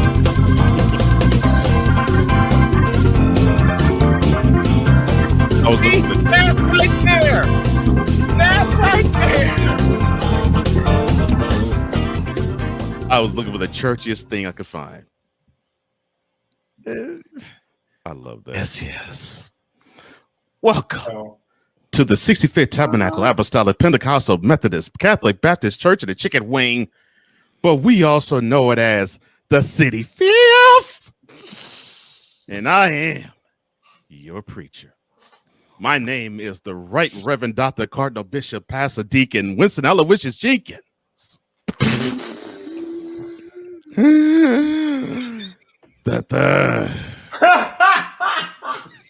I'll stop there. What in the blue hell was that?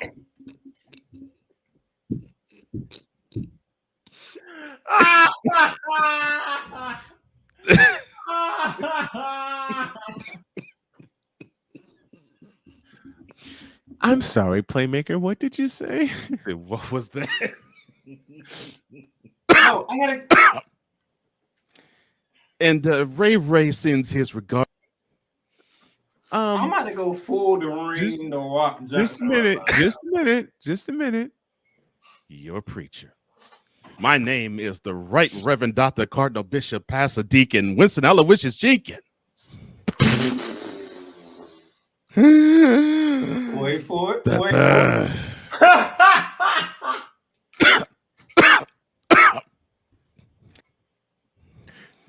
got me. What in the blue hell is wrong with you? I'll stop there because Thursday I'm gonna have the entire 22 minutes in the best of program. Y'all know what Wednesday is, and we are off the. Let's prime the pump for Wednesday because Wednesday we're gonna go off the freaking rails. You're welcome, Victor. Sexual confessions all day. That's all day Wednesday. What confessions? Ain't anything playing. That's why we're doing it. Thank you, Cole, for bringing the city fifth life. See, you know what? You know what's bad though. And the crazy part is, wait a minute. People gonna think you saying city, but it's city. Wait a minute. I played part of that, mm-hmm. and my wife heard the preacher's name, turned and looked at me and went, "What?"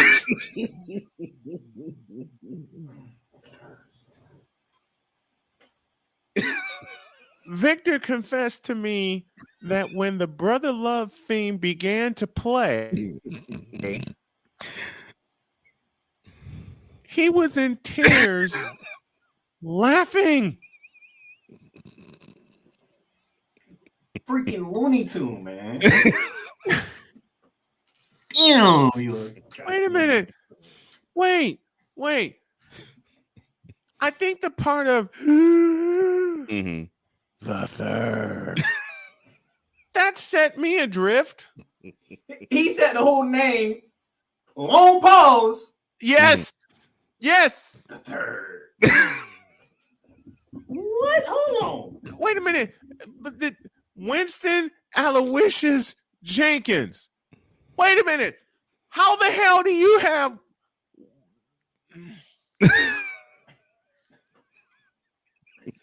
We got doctor, we got bishop, we got reverend.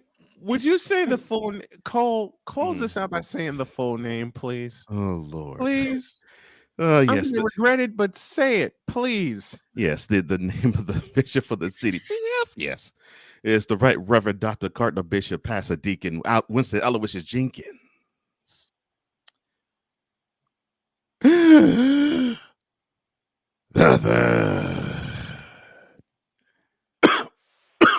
a pastor, he's a reverend, he's a bishop, he's a doctor. The Right Reverend Dr. I won't even try to repeat that. He took every title known to a pastor, scrunched it together. It's like I said, when the LJPN first premiered, he took 20 years of all the tropes about him and effectively squashed it down to 7 minutes. Since those 7 minutes debuted, it has expanded to the point where last Wednesday, I look down at my notes, I look up and I see that purple damn screen, the LJPN special presentation. Mm-hmm. And I had to voice it. I couldn't help it. So this is what I missed. You know, you know to be I know what I'm gonna add to it. Don't add because we gotta have the city fifth back Wednesday. Oh Lord. It's Don't got add to it's it. no, I have to. There's a sound that I have to add to it. There is a sound that I have to add to it, and I already know what that sound is. So we got to have a pre-Thanksgiving special. That's City Fifth sermon. City Fifth. And the one that you threw out last Wednesday. Third. It was Wednesday. It was Wednesday. Okay. Mm-hmm. The one you threw out. Disqualifiers from critiquing you know who. That was one of the most ridiculous things I've ever ran across. You showed it to me. Wait a minute. You showed it to me. You showed me a couple of them. Mm-hmm. And I said, I got to have the whole list. And you sent me the whole list. And I walked away from my computer for an hour. I got out. I went in my truck. I went and ran errands. And I came back. So Playmaker, and that sum was still up there. So Playmaker, when you see the list that I sermonized Wednesday, know that the list that was sermonized was verbatim. When you see the text, that was verbatim. I did not change a word. Nope. That was verbatim. And I knew then, I was like, okay, I could do the Ray bit, but I'm like, nah, there has to be a sermon. This has to be City Fifth-ized. City Fifth-ized. Our man for and not a sermon, but a sermon. All right, let me go ahead and go to Wednesday. Put aside 20 minutes. That's gonna be gone for me, and I ain't gonna be able to get that. Wait till you see the first one. That's all I gotta say. Wait till you see the first one. Oh, it's a sermon. It's a sermon. That means I can't say nothing. Okay, wait a minute. Playmaker. The first sermon is already up on the YouTube page. Mm-hmm. And there's a very you like wrestling, but there is a very familiar theme. No, my God. See, when you first say list, a certain wrestler came to my head, and I'm like, please don't let it be him. Please don't let it involve him in this one. Now like I said, there is a very, very familiar theme that played in the background. I knew. I even invoked Fresh Prince and Jazz being thrown out. Mm-hmm. Oh my God. Yeah, he was great with that. All I will say is you need to watch the full 20 minutes. And Cole, I caught your point about the sound I played at the perfect time. Mm-hmm. When he said, I need to learn how to flop. Mm-hmm. Hey. I caught the shade. Yes. And you timed it so beautifully because I was expecting that. I warmed it up twice. Mm-hmm. I was like, Ryan, let me play into it. Up twice. I was like, yeah, let me play into it. So when I did it, I was like, that was perfect. Yes, that was perfect. That was perfect. And I'm gonna encourage Playmaker right now. Playmaker, you need to go watch it. It's on the YouTube page. I put it this way. When Wise saw it, the first words he said to me after he saw it was, he says, "You was a D fool. You a damn fool." All right.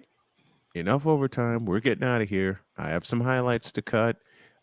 Tonight on the YouTube channel as well as Twitch, I will have a live play-by-play reaction with the 49ers and the Cardinals. Stop in, have a chat, and yes, it is a fundraiser. Will there be a stewardship sermon? Ryan? Yeah, we are not having a building fund. Oh, yes, we are. Oh, yes, we are. Question: What is the about for the City Fifth building fund? I'll let y'all know that Wednesday. Have a great day. God bless. Remember to make your next move your best move. And always remember, if your dreams don't scare you, the City Fifth will. We're out of here. See you tomorrow. That's sad.